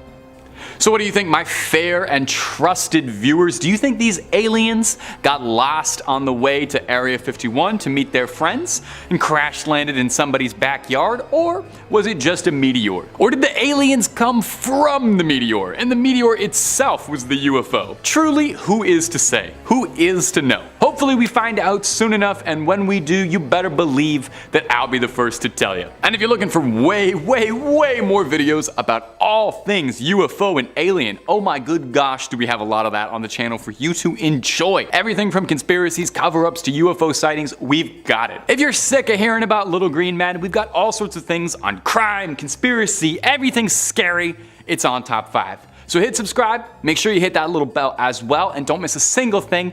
But you get to do that at the end of this video for me, okay? Because I got 4 more UFO sightings coming up for you right now. Number 4, the Pentagon. We are at a truly exciting time to be an enthusiast of UFOs and aliens. It feels more so than any other point in human history that the discussion around aliens and UFOs is leaving the fringe sciences and starting to become accepted, commonplace by respectable employed people, not just folks wearing tinfoil. Recently, the Pentagon released a video of a reported UFO zipping around near an Air Force drone and revealed footage to, quote the Pentagon, everyone thought was truly anomalous, which is government speak for we don't know what the fuck this is. At the time, the object appeared to be moving with something propelling it forward, but a later determination would show that it didn't, which baffled and puzzled the analysts, as usually something propels you forward in the air. Now, this hearing was very interesting for a few reasons, but foremost, it allowed us a little bit of insight into how government agencies go about treating UFO sightings. We learned they categorize them first by what they most likely are, starting with the obvious things like planes or balloons, which account for like 99% of all UFO sightings. And then when it's something they truly cannot immediately identify, they prioritize where was it found? How is the object maneuvering? Does it seem like it's being driven? Control? Does it seem as if it has a payload? Does it have something attached to it? The hearing started by saying that the Pentagon currently doesn't believe that they have any definitive proof of extraterrestrial life on Earth, but concluded by saying that we'll be getting another disclosure document coming soon, possibly even as early as July. So we have huge, exciting things on the horizon coming up in July, and I'm not just talking about the Barbie movie.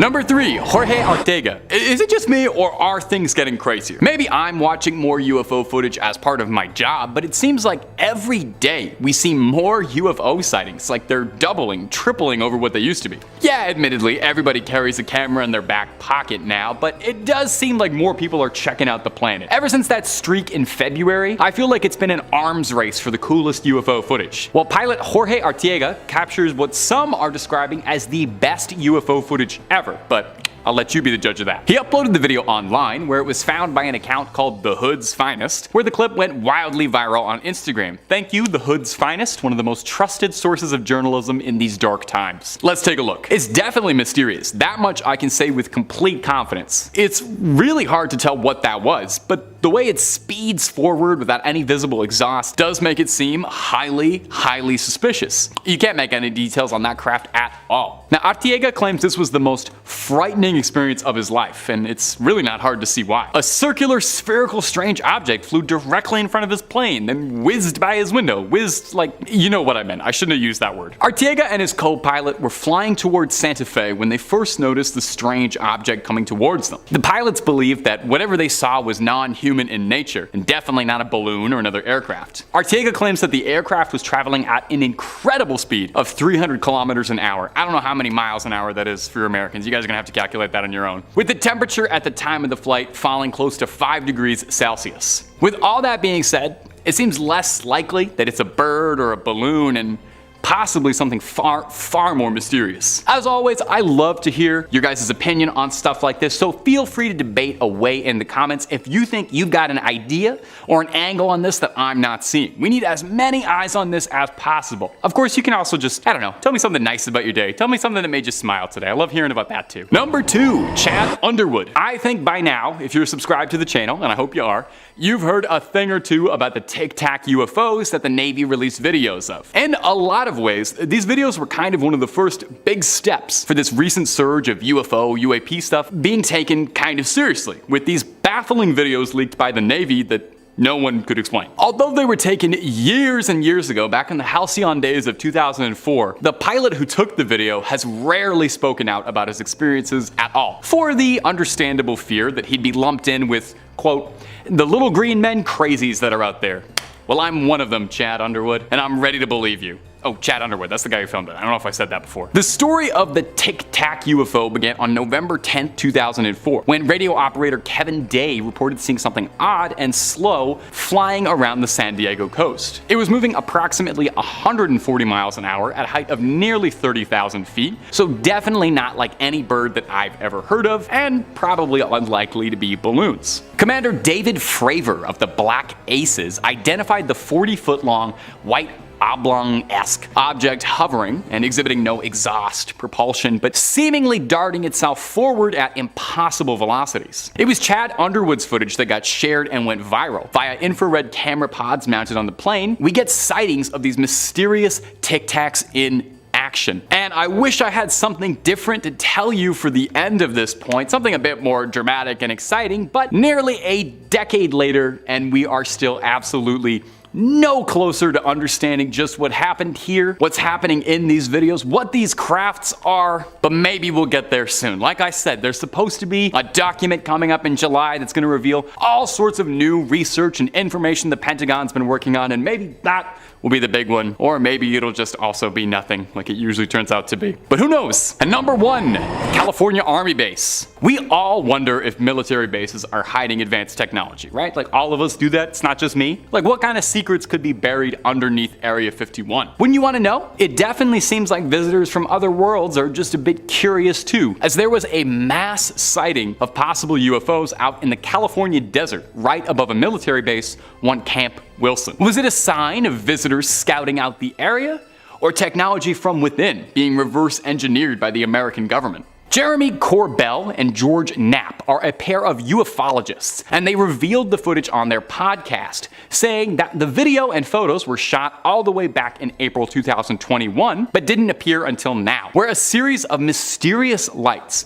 manifested above the base for 9 minutes, prompting the Marines to launch a significant air and ground response. You know, just in case this turned out to be like an Independence Day kind of sitch. The Marines fired flares at the UFO, and the craft disappeared just before the flares could illuminate what they were. Classic, that's just like every single UFO story, you know, right before the good part. The hosts of the podcast go on to say that there was no media coverage whatsoever of the incident. I mean, I don't really remember anybody talking about this in April 2021, but I also don't remember April 2021, so I'm not a trusted source. But since then, nothing really has come out about it. They got the tip from someone at the base, from a person who was pretty high up, they quote. The tip was that there was more to this story that was being led on. Now, some viewers, some astute alien fans have pointed out a noticeable similarity between this incident and the Phoenix Light event in 1997, where a series of strange lights hovered over the city of Phoenix,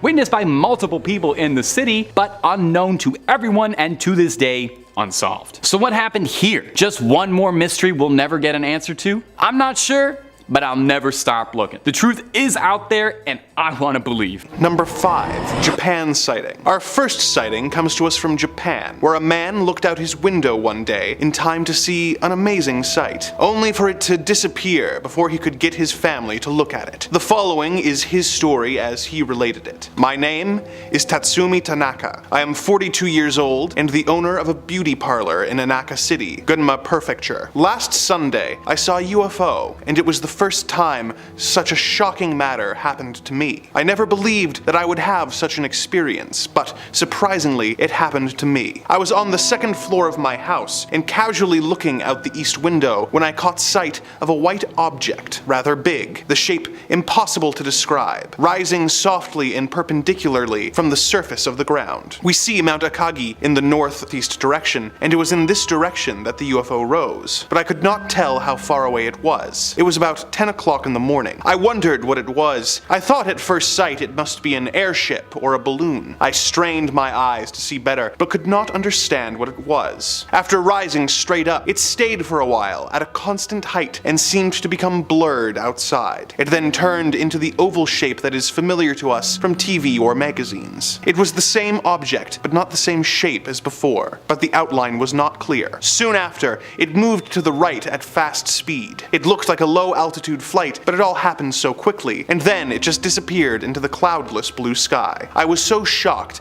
I fell out of my mind. This thing was so huge, but it disappeared just in a moment. I tried to explain what I saw to my wife and child who were right beside me, but I couldn't. I just pointed and could only shout out in surprise. My wife was very annoyed and said that everyone cannot see UFOs, only some people do and some don't. By then it had disappeared. I was so excited that I went outside with my daughter and searched the sky. But it was too late. I still can't believe I have had such an experience. I will never forget that movement and that speed. Something beyond common sense. It means to me that things exist that we don't understand. Number 4, New Zealand. Next, we have a story from New Zealand where a woman was enjoying a nice day in her yard when she saw a craft unlike anything she'd seen before. This is her story in her own words. My name is Edith Perkins. At 8:30 p.m. Monday, I was doing some chores in our backyard. This is in Bexley, just north of Christchurch, South Island, New Zealand. I saw something in the sky, like a capsule or cigar-shaped object. At first, it had a silver whitish body with a darker gray forked tail. While I looked at it, it was just overhead, seeming to be coming closer. I was facing west. The rounded edges, front and back of the object, called my attention to it initially. Its size appeared to be 10 centimeters long if held at arm's length. I suppose it was about 30,000 feet high, but it seemed very puzzling that there was no jet trail behind it. So, I went indoors to fetch a pair of 7x35 binoculars. My husband joined me and our home care nurse. As we three watched,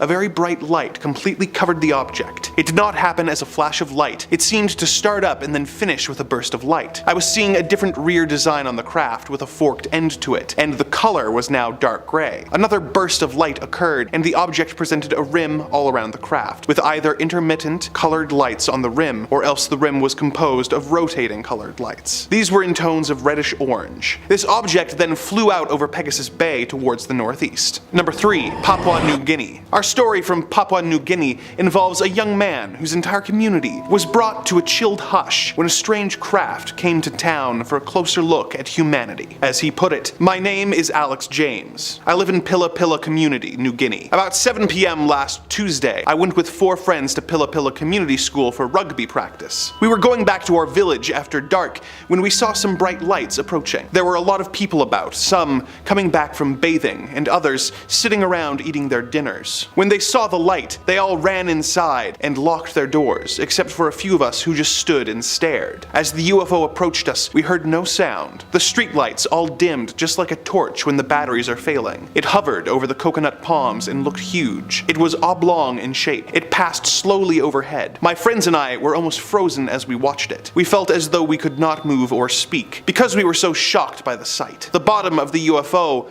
was oblong shaped, with very bright lights all around the edges. At the top was a pyramid-like shape, with lights around it also. Just bright white. No colors. It was huge and took over 30 minutes to pass by. We checked the time. When it was hovering over us, it seemed to be as bright as day. The whole place was lit up like bright daylight. That's how bright its lights were. Then the object just disappeared in the direction of the mountains near Vuvu. Number 2, Zimbabwe sighting. Our next tale comes to us from a journalist named Cynthia Hind, who interviewed a teenager named Lloyd, who witnessed not only a strange craft, but alien life forms when he was awoken late one night. The following is quoted directly early from her report. At between 1 and 1:30, he woke up, and because he knew it would be quiet at that hour, he decided to do some studying for his exams. Whilst thus engaged, he heard a clicking sound. It continued for some minutes, so Lloyd decided to check what it could be. He opened the front door and looked outside. He could hear the sound coming from up the road, and when he glanced in that direction, he witnessed something very strange. He quickly went outside and hid behind a hedge to get a better view. He was able to observe a small figure about a meter high, with a head like a rugby ball, dressed in white overalls. On its back, the creature had a small satchel, attached to which was an aerial with a flashing red light. Lloyd was terrified. He told me he was asphyxiated with fear and ran back into the house, jumped into bed, and covered himself with his blankets. He slept fitfully for the rest of the night. At 6 the next morning, he went to look where the creature had walked and found several footprints which he could not identify and which he attributed to the creature. When he arrived at school, he told his friends about seeing a ghost in the night, but one of his friends suggested that it was a UFO. Lloyd is now under the impression that the creature is called a UFO. Number 1. Australia sighting. Our final tale of the day comes from a man by the name of Patrick Knowles. He was on a road trip with his family when they discovered a close encounter more terrifying than he could have possibly imagined. In his own words, it happened on January 20th. My mother, 2 brothers, and I were driving from Perth to Melbourne. We were going to drive straight through in shifts, and we planned to cross the desert at night when the heat wasn't so bad. By 2:30 a.m., we were in the Nullarbor Plain. We stopped for petrol and switched drivers. Sean was driving, and I was in the front seat next to him. The road was empty. Suddenly, we saw a bright yellow light up ahead, and Sean slowed down. As we got closer, the yellow light seemed to be emanating from an egg-shaped object hovering just above ground level. We thought we might be seeing things, but then a caravan passed, going the other way, and it swerved sharply to avoid the luminous egg. The closer we got to it, the more we realized it wasn't a normal vehicle, or a road signal, or anything like that. Sean swerved to avoid it, and we continued on, leaving it behind. Suddenly, the object started towards us. It appeared to accelerate with tremendous speed. We drove on, and it literally chased us. The faster we went to get away from it, the faster this object went after us. I reckon we reached a speed of 125 miles per hour, but it caught up in a matter of seconds. Then Sean made a sudden U-turn and headed back west in the direction of the petrol station. The UFO also turned around.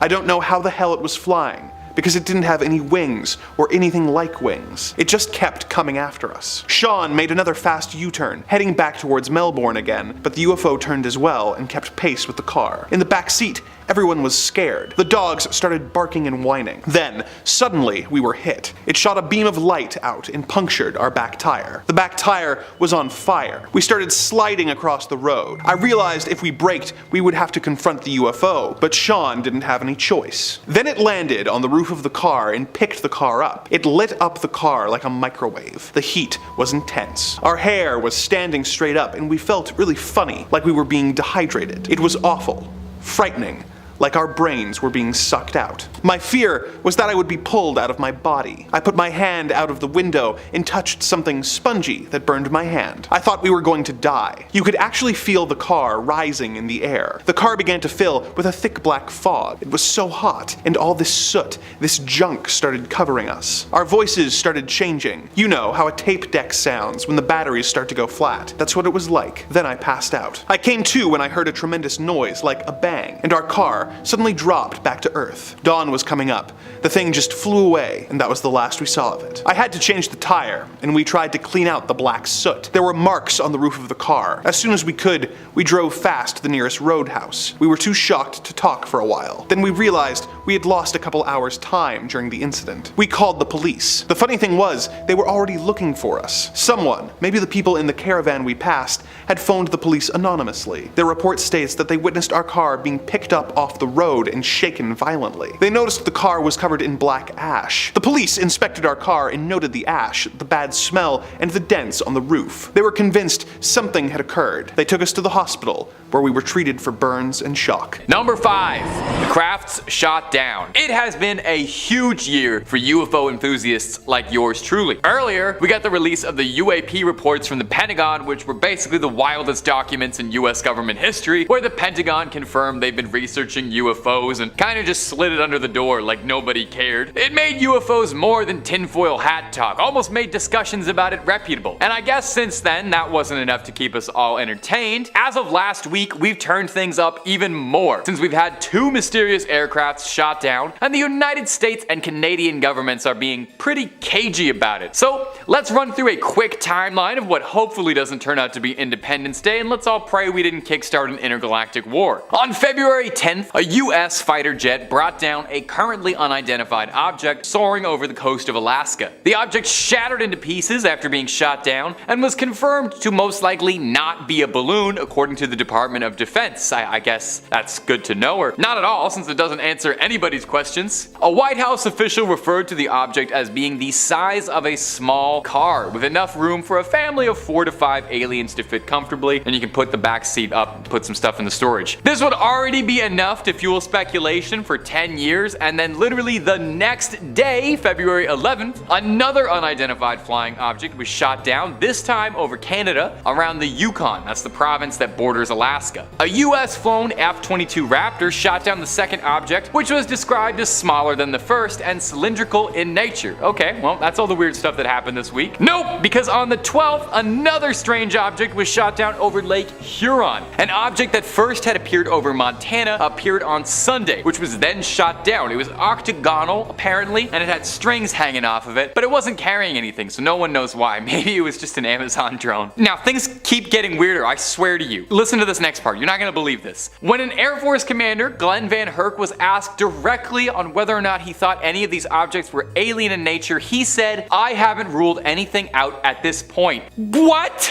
I can't even speak, but the current sitting government officials are like, hey, maybe it's aliens, shrugging their shoulders. Is this it, guys? Is this it? They didn't specify whether or not these objects posed a threat. They said they just posed a threat to civilian air traffic, but the White House did say that these objects were broadcasting signals. I would say watch this space for updates, but really just like watch regular space. At this rate, there's gonna be an alien every single day. But if you can't wait for any more and you just want to watch alien videos all day, I completely agree with you. That's what I do every day and it's great. We've got loads of alien and UFO vids, NASA conspiracies, and hey, if that's not your jam, we got scary stories, horror movies, monsters, cryptids, true crime, baby, we got just about everything spooky under the sun and above it. So stay subscribed to Top 5 Scary, but most importantly, stay scared. But subscribe after, we gotta finish this video first. We got way more alien footage to get through. Moving on. Number 4, the Picket Post, Arizona sighting. Well, with all of this stuff flying around in the sky these days, is it any surprise that people are catching more weird footage than ever before? The UFO subreddit has been lit up like fireworks on the 4th of July with all kinds of alien sightings from all across the globe. Come take a look at some of the best ones I've seen this week. Hopefully they're new to you as well. Our first sighting comes to us from a redditor by the username of MaxKeller96, and they posted a short clip from Picket Post, Arizona that's got us talking. Take a quick little look-see. This is one of the better ones I've seen in a minute. Here's what the redditor had to say about the clip. My sister, dad, and I were out hiking near Picket Post when one of us noticed something glimmering near the mountain, so we stopped to take a look at it. All I could make out was that it was a small bright dot in the sky. After a good 15 seconds of staring, I started recording. It then dropped what looked like 2 flares, though my sister swears she counted at least 3. Up until that point, I thought it might have been a helicopter, as there's all sorts of army stuff out there, but there's no way anything can accelerate that fast. We all lost sight of it nearly instantly after the video cuts, and we were pretty freaked out about it. I've replayed it about 100 times, and I've tried showing it to everyone,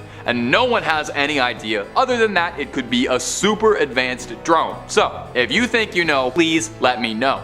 Well, you heard the guy. If you think you have any ideas to what's going on, you comment down below or jump into the Reddit thread and participate in the UFO discussion. The UFO subreddit is great, and they're very friendly to new visitors. That's like their whole thing. They really want to welcome new visitors. Number 3, the San Diego sighting. The San Diego and Tijuana sighting, to be more accurate. Our next entry is a pretty interesting one because it isn't just one offhanded sighting that happened in the middle of the night by somebody stumbling out in a bathrobe who's half awake, but it's a corroborated sighting that was happening seemingly across the cities of Tijuana and San Diego. And it wasn't even while Comic-Con was happening, so this isn't part of an extremely elaborate campaign for Ant-Man 4 or anything. So we either have a mass hallucination on our hands because there was something in the water, or there's some questions in the sky that need to get answered. So we'll play a few seconds of some of these clips and help you come to your own conclusions. On September 19th, 2022, several of these videos were captured of these bizarre light patterns darting across the sky. This is a massive sighting, so we can't quite dismiss this as a trick of the light or one isolated incident. There was definitely something weird flying up and around. What makes this kind of notable, besides from,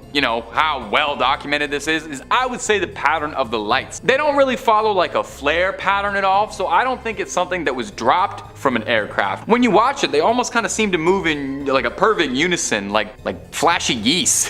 The original poster who posted the compilation clip to Reddit added as well that another oddity they noted was that after the lights were seen and military fighter jets surrounding and circling the skies, probably to round up whatever was going on. So, comment section, I'll throw it back to you again. What do you think? Spy drones, weird paranormal lights, or is it just visitors? I think it's alien tourists who heard what a great time a weekend in Tijuana is and want to check it out. Could you imagine if aliens do come to Earth, but they're not really interested in like diplomatic relations or starting a war or anything? They're just like, we heard you guys party hard and we want in on that. Number 2, Michigan and Grand Park. Another very weird sighting coming from Reddit. This one was posted not even 2 days ago by a Redditor with a very funny username I can't read out loud on YouTube, but just know it was very funny. At first, it kind of looks like a piece of litter that somehow managed to get all the way up in the sky and is fluttering and darting all around. But if you take a closer look at it, it really seems like it's moving like it's being controlled. People in the comments of the subreddit quickly pointed out that a similar object to this showed up in Australia when this one's filmed in Michigan. Isn't that odd? 2 of these similar reports happening on almost opposite ends of the world. People in the subreddit theorized that this object in the video is one of the ones that was shot down over Lake Huron, which definitely makes sense. Lake Huron is, in Michigan. Could this be some of the last footage of this alien craft before it got burnt up? From this clip, I would say to me personally, it looks like some sort of hyper advanced drone, maybe more than a piloted craft. It looks very small, so unless there's like a really teeny tiny little alien inside there, I don't know. But with all cell phone footage, it's kind of impossible to ascertain the sizes of the thing. I think this one's pretty conclusive personally, and if this really is footage of the object that was shot down over Lake Huron, I would say the United States and Canadian governments agree with my assessment as well. But as all of these clips, please let me know what you think it is. If it's a drone or an alien or maybe just a really impressive kite that accidentally got destroyed. Number 1, the Columbia sighting. Now, our number 1 sighting is another international one. Hey, you think aliens are only going to show up around North America? Come on, expand your worldview a bit. If aliens invade, they're going to go after the whole planet. There's a whole lot to see, a whole lot of things they could burn down with lasers. And it seems like they were curious about the countryside of Colombia, because this footage out of Bogota, Colombia is truly out of this world. Seriously, this is like the most impressive UFO footage I've ever seen in my life. It was captured by a pro photographer who sent it along to a friend of his who's a YouTuber. Hey, reach out, let's collab. In the hopes of getting it to more eyes and people who can analyze it. And yeah, seriously, this is one of the most convincing things I've ever seen.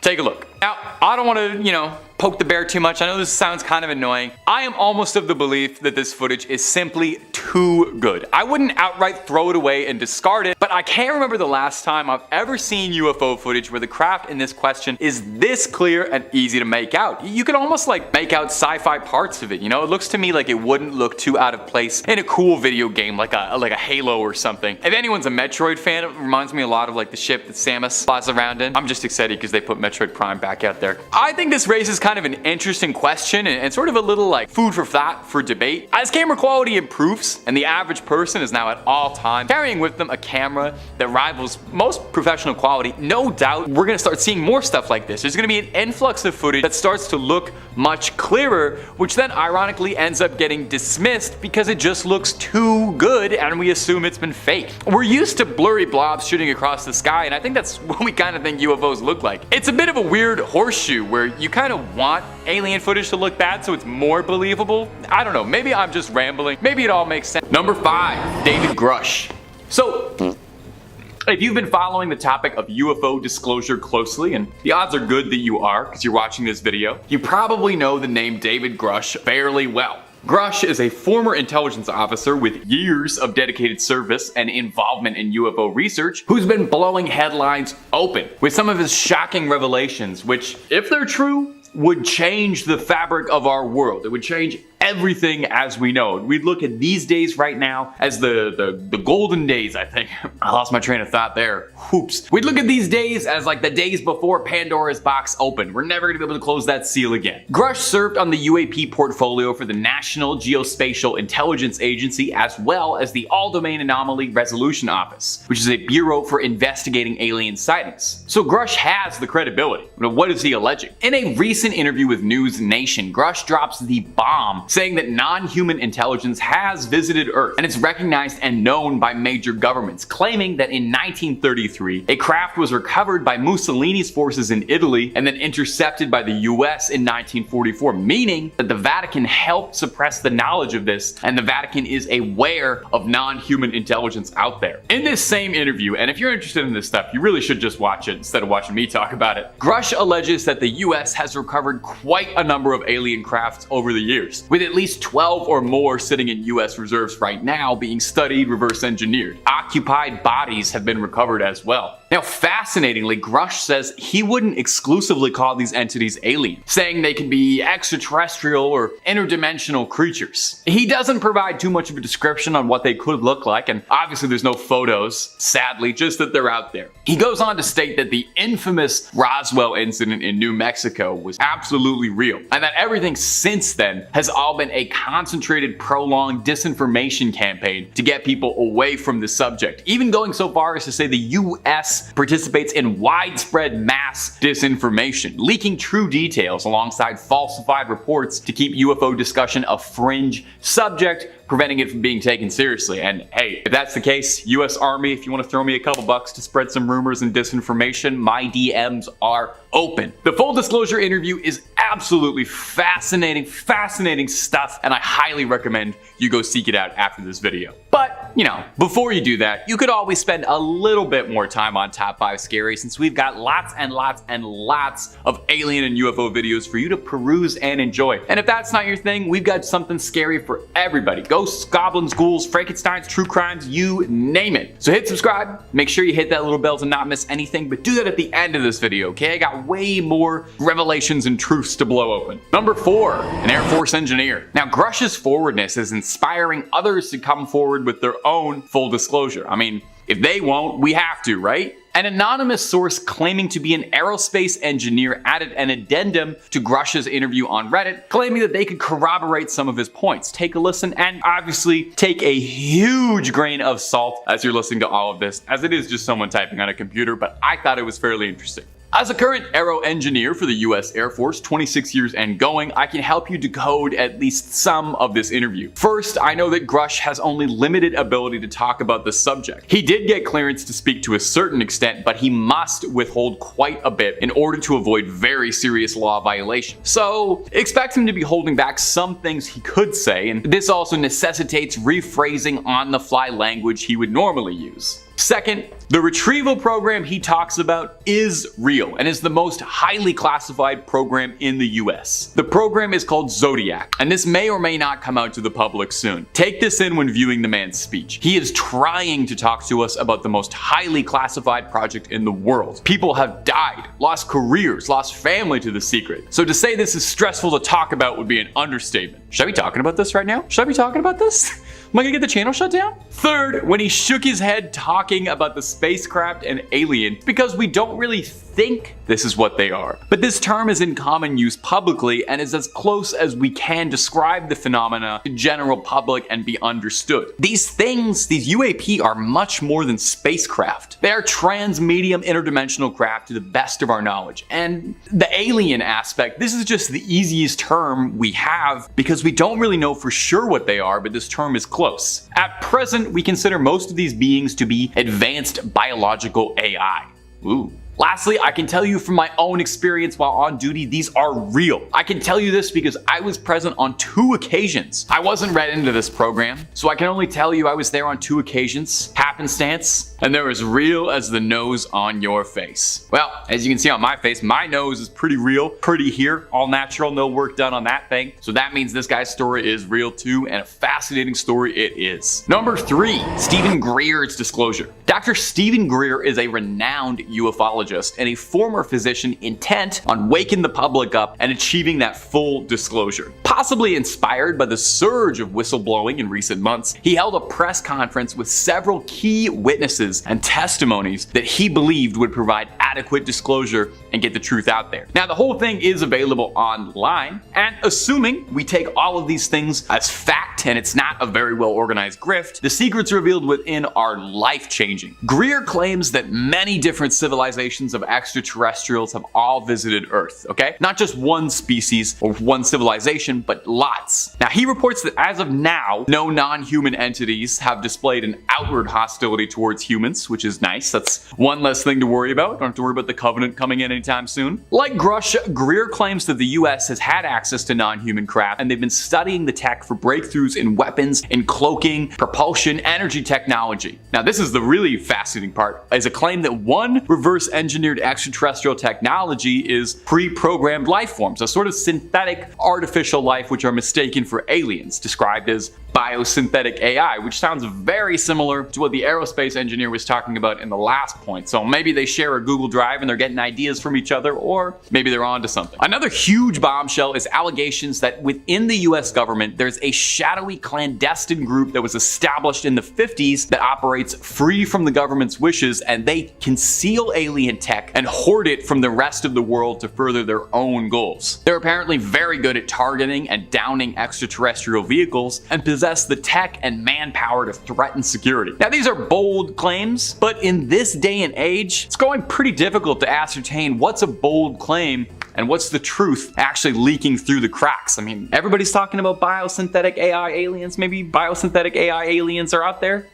Number 2, Corporal John Weingant. Now, if y'all remember to the last part of this video, not the previous thing I just talked about, but the last 5 parts I talked about, part 1, we spoke of the testimony given by the Marine Michael Herrera, who claims that he saw paramilitary forces that seemed to be American loading weapons and munitions into an octagonal, non-human looking craft while he was deployed in Indonesia in 2009. Now, the story sounded outrageous, kind of like the plot of a video game, but also sounded extremely similar to an eyewitness account from another Marine years and years and years earlier in Peru. Now, you take a listen to the statement by Lance Corporal John Weingant. Lance Corporal Weingant had been a Marine since 1994, and in 1997 was deployed to Peru. Alerted to a possible friendly ship that had crashed at 3 a.m., he and a few other Marines drove out to the crash site in Humvees to investigate. After hours of searching through the brush, they found a gash in the land where it seemed as if something super hot had cut through the land, claiming that it looked as if a laser had gone through with surgical precision. And at the peak of the gash was this huge craft, non-human in nature, aerodynamic but organic, looking bumpy, notched, and alive, and dripping an unknown fluid. Most shockingly, he claims that inside the craft felt like he could experience something communicating with him telepathically, saying that they meant no harm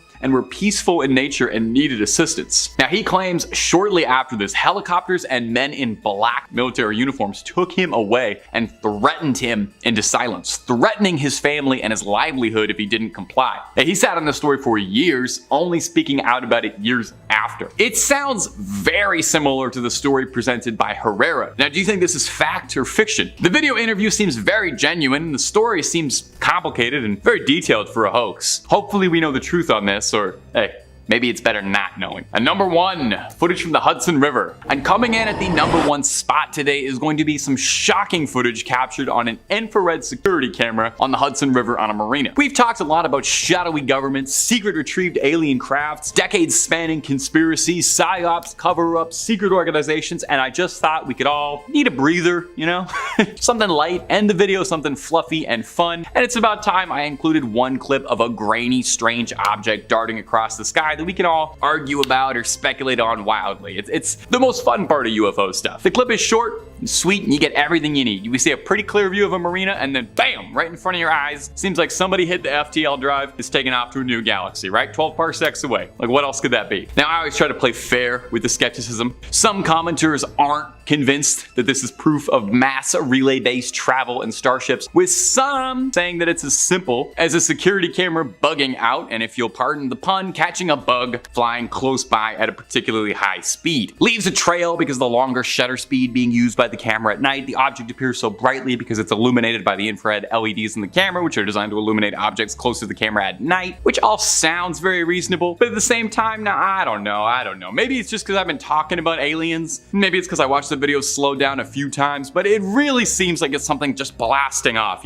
blasting off like Team Rocket. The object appears out of nowhere for a few frames, shoots off into the dark, and then vanishes. It doesn't seem like a bug is what I'm trying to get across. But maybe that's just because I want to believe.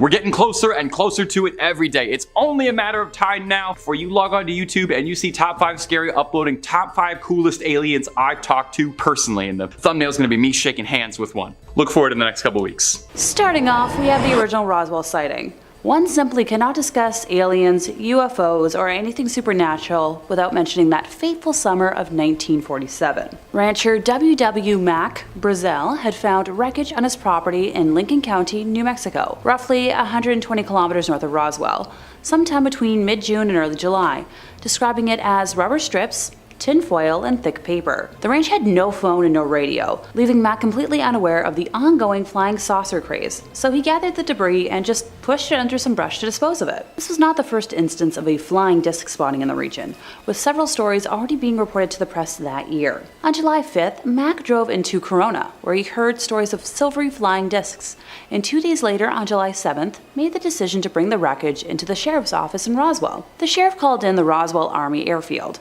which assigned the matter to Major Jesse Marcel. Mack brought Major Marcel back to the debris site, and the two gathered up more pieces of rubber and tinfoil, with the Major taking the materials home. On July 8th, Public Information Officer for the Roswell Army, Walter Hott, issued a press release stating that personnel from the field's 509th Operations Group had recovered a flying disc near Roswell. On that same day, Major Marcel took the material to his base commander, Colonel William Blanchard, who reported the findings to General Roger Ramey at Fort Worth Army Airfield. FWAF for short. General Ramey ordered that the material be flown to Fort Worth immediately, leaving Marcel to board a B-29 Superfortress to make the flight. As soon as Marcel brought the material to General Ramey's office, both Ramey and his chief of staff, Colonel Thomas Dubose, identified the material as pieces of a weather balloon kite. The weather officer on duty explained to reporters that ray wind devices were used at around 80 weather stations across the country. The balloons were attached to a 6-pointed reflective device that looked like a silver star. After launch, the balloon would expand with increasing altitude before bursting at around 60,000 feet, with pieces dispersing in their fall to the ground. Now, after the initial newspaper reports of 1947, the Roswell incident faded from public attention for more than 30 years, until the late 1970s, which brings us to February of 1978, when UFO researcher Stanton Friedman interviewed Major Marcel, whose statements contradicted those he made to the press in 1947, saying they wanted some comments from him, but he wasn't at liberty to do that. All he could do was keep his mouth shut. And General Ramey is the one who told the newspapers, the newsman, what it was and to forget about it. It's nothing more than a weather observation balloon. Of course, they both knew differently. Now, while he didn't elaborate on that statement, and I wish he did deny the popular theories at the time of any bodies being found near the debris. After the United States congressional inquiries, the General Accounting Office launched an inquiry and directed the Office of United States Secretary of the Air Force to conduct an internal investigation. A report released in 1994 concluded that the material recovered in 1947 was likely, keyword here, debris from Project Mogul, a military surveillance program employing high-altitude balloons in classified portions of an unclassified New York University project by atmospheric researchers. A scholarly consensus emerged concluding that the military had decided to conceal the true purpose of the crash device, allegedly nuclear test monitoring, and instead inform the public that the crash was of a weather balloon. The balloon had allegedly been launched from Alamogordo, Army Airfield a month earlier, carrying a radar reflector and classified Project Mogul sensors for experimental monitoring of Soviet nuclear testing. The Air Force reports were dismissed by UFO experts as being either disinformation or simply implausible. Yeah, Now, the scary part about all of this for me is counting how many times the government has changed its tale, expecting the general public to believe them each time. Which story do you believe? In fourth place, we have an anonymous report from 2013 from Athens, Texas. A retired military firefighter and commercial pilot, who was also a former astronaut, submitted his account of what happened around 10:15 p.m. on the evening of July 5th, 2013, to the National UFO Reporting Center, also known as NUFORC. He reported that he and his family were sitting outside, and when he looked up into the sky, he observed a fairly large orange glowing orb moving rapidly overhead at around 90 degrees of elevation. A minute or two later, his whole family spotted a group of 3 similar objects along the same flight path as the first one. The objects allegedly gave off no sound and seemed to glow from atmospheric heating. He and his family attempted to record the objects using their iPhones, although the grainy dark video was of no evidential use. A direct quote from him reads, "They moved much faster than orbital satellites, like the International Space Station, or airplanes, but much slower than meteors, and did not change brightness as a meteor would upon entering the atmosphere." So, if a former astronaut and pilot has no explanation for what he witnessed, what the heck was it? In the middle of our list today, we're discussing a San Antonio spotting of 7 donuts in the sky. On May 19th of 1952, an air crew flying an RB-36 reconnaissance aircraft reported spotting a series of, you guessed it, several donut shapes appearing in the sky, and were able to take photographs to accompany their incident report, which can be found in National Archives. The crew of 22 reported flying just north of Sonora when they originally spotted the phenomenon, stating that the plane was headed on a 301-degree heading at 18,000 feet, with relatively calm winds for that altitude. At 8:05 p.m., the objects appeared just to the left of the bomber's nose, at a range estimated by the crew to be around 80 to 120 kilometers ahead. The objects were stacked vertically from approximately 25,000 feet to 60,000 feet. And even with all the photographs and drawings, there is still no definite answer as to what was spotted. In second place, we have the Washington Flap.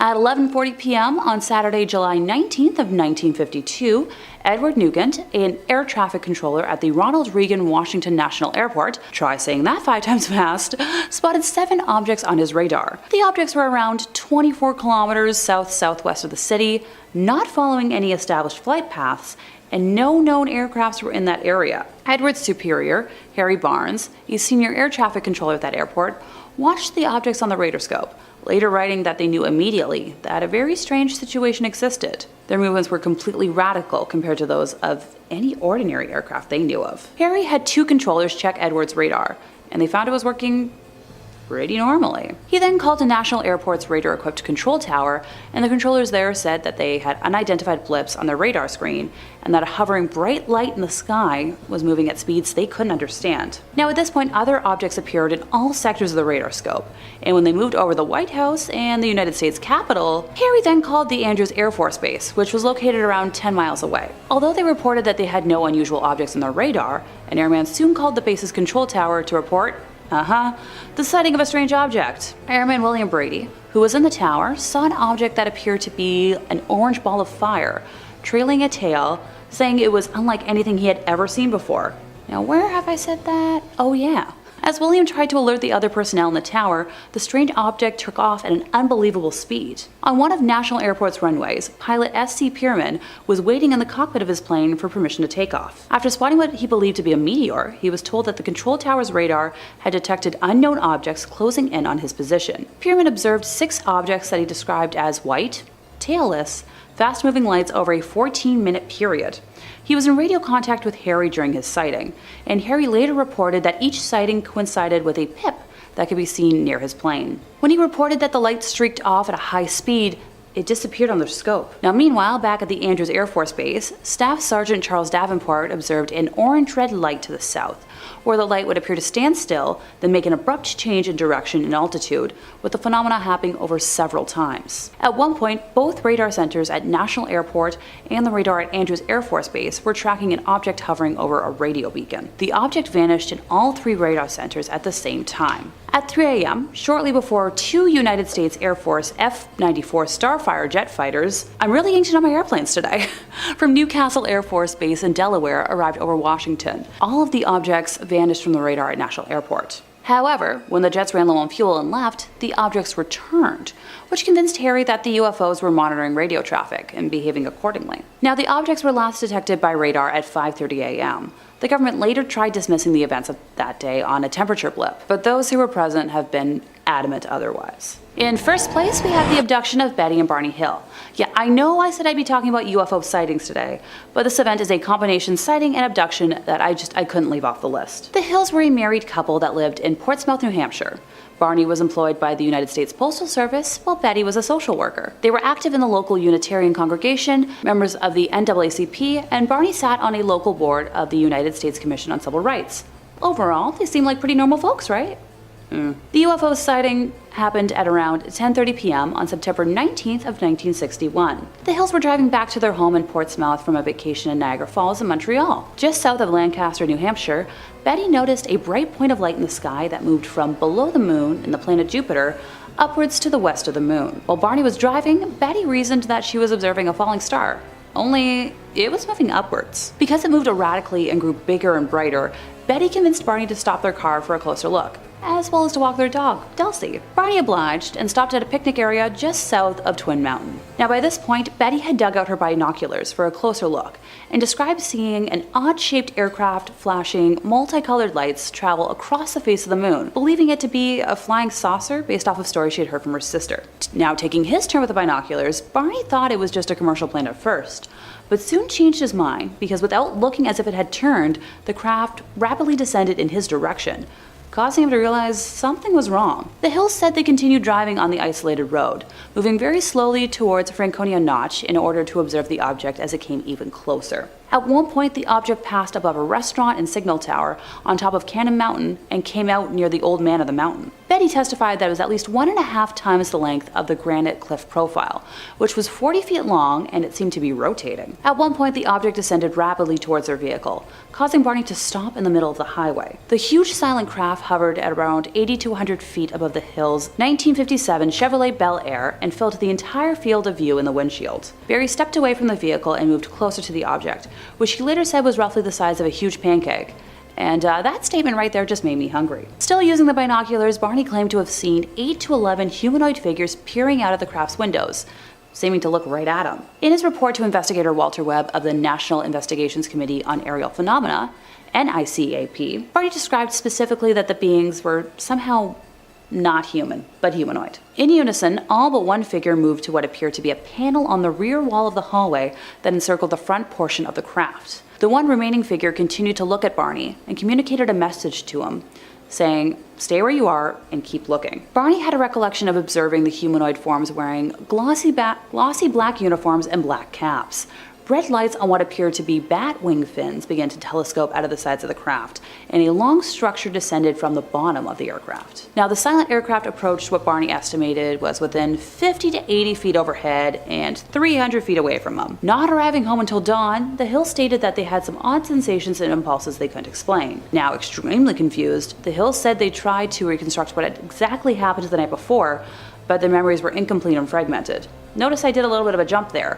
That's because we don't know what happened. After sleeping for a few hours, Betty awoke and placed the shoes and clothing she had worn during the drive into her closet, observing that the dress was torn at the hem, zipper, lining, and later noted a pinkish powder on her dress. Now, over the years, 5 different laboratories have conducted chemical and forensic analyses on the dress. This wasn't the only damage to items in their possession. Barney said that the leather strap for the binoculars was torn, but didn't remember how. The toes of his best dress shoes were scraped, and their watches were broken, and no matter what, never worked again. There were shiny concentric circles, so similar to the rings that you would find on a tree trunk on their car's trunk, that had not been there the previous day. Betty and Barney experimented with a compass, noting that when they moved it close to the spots, the needle would whirl rapidly.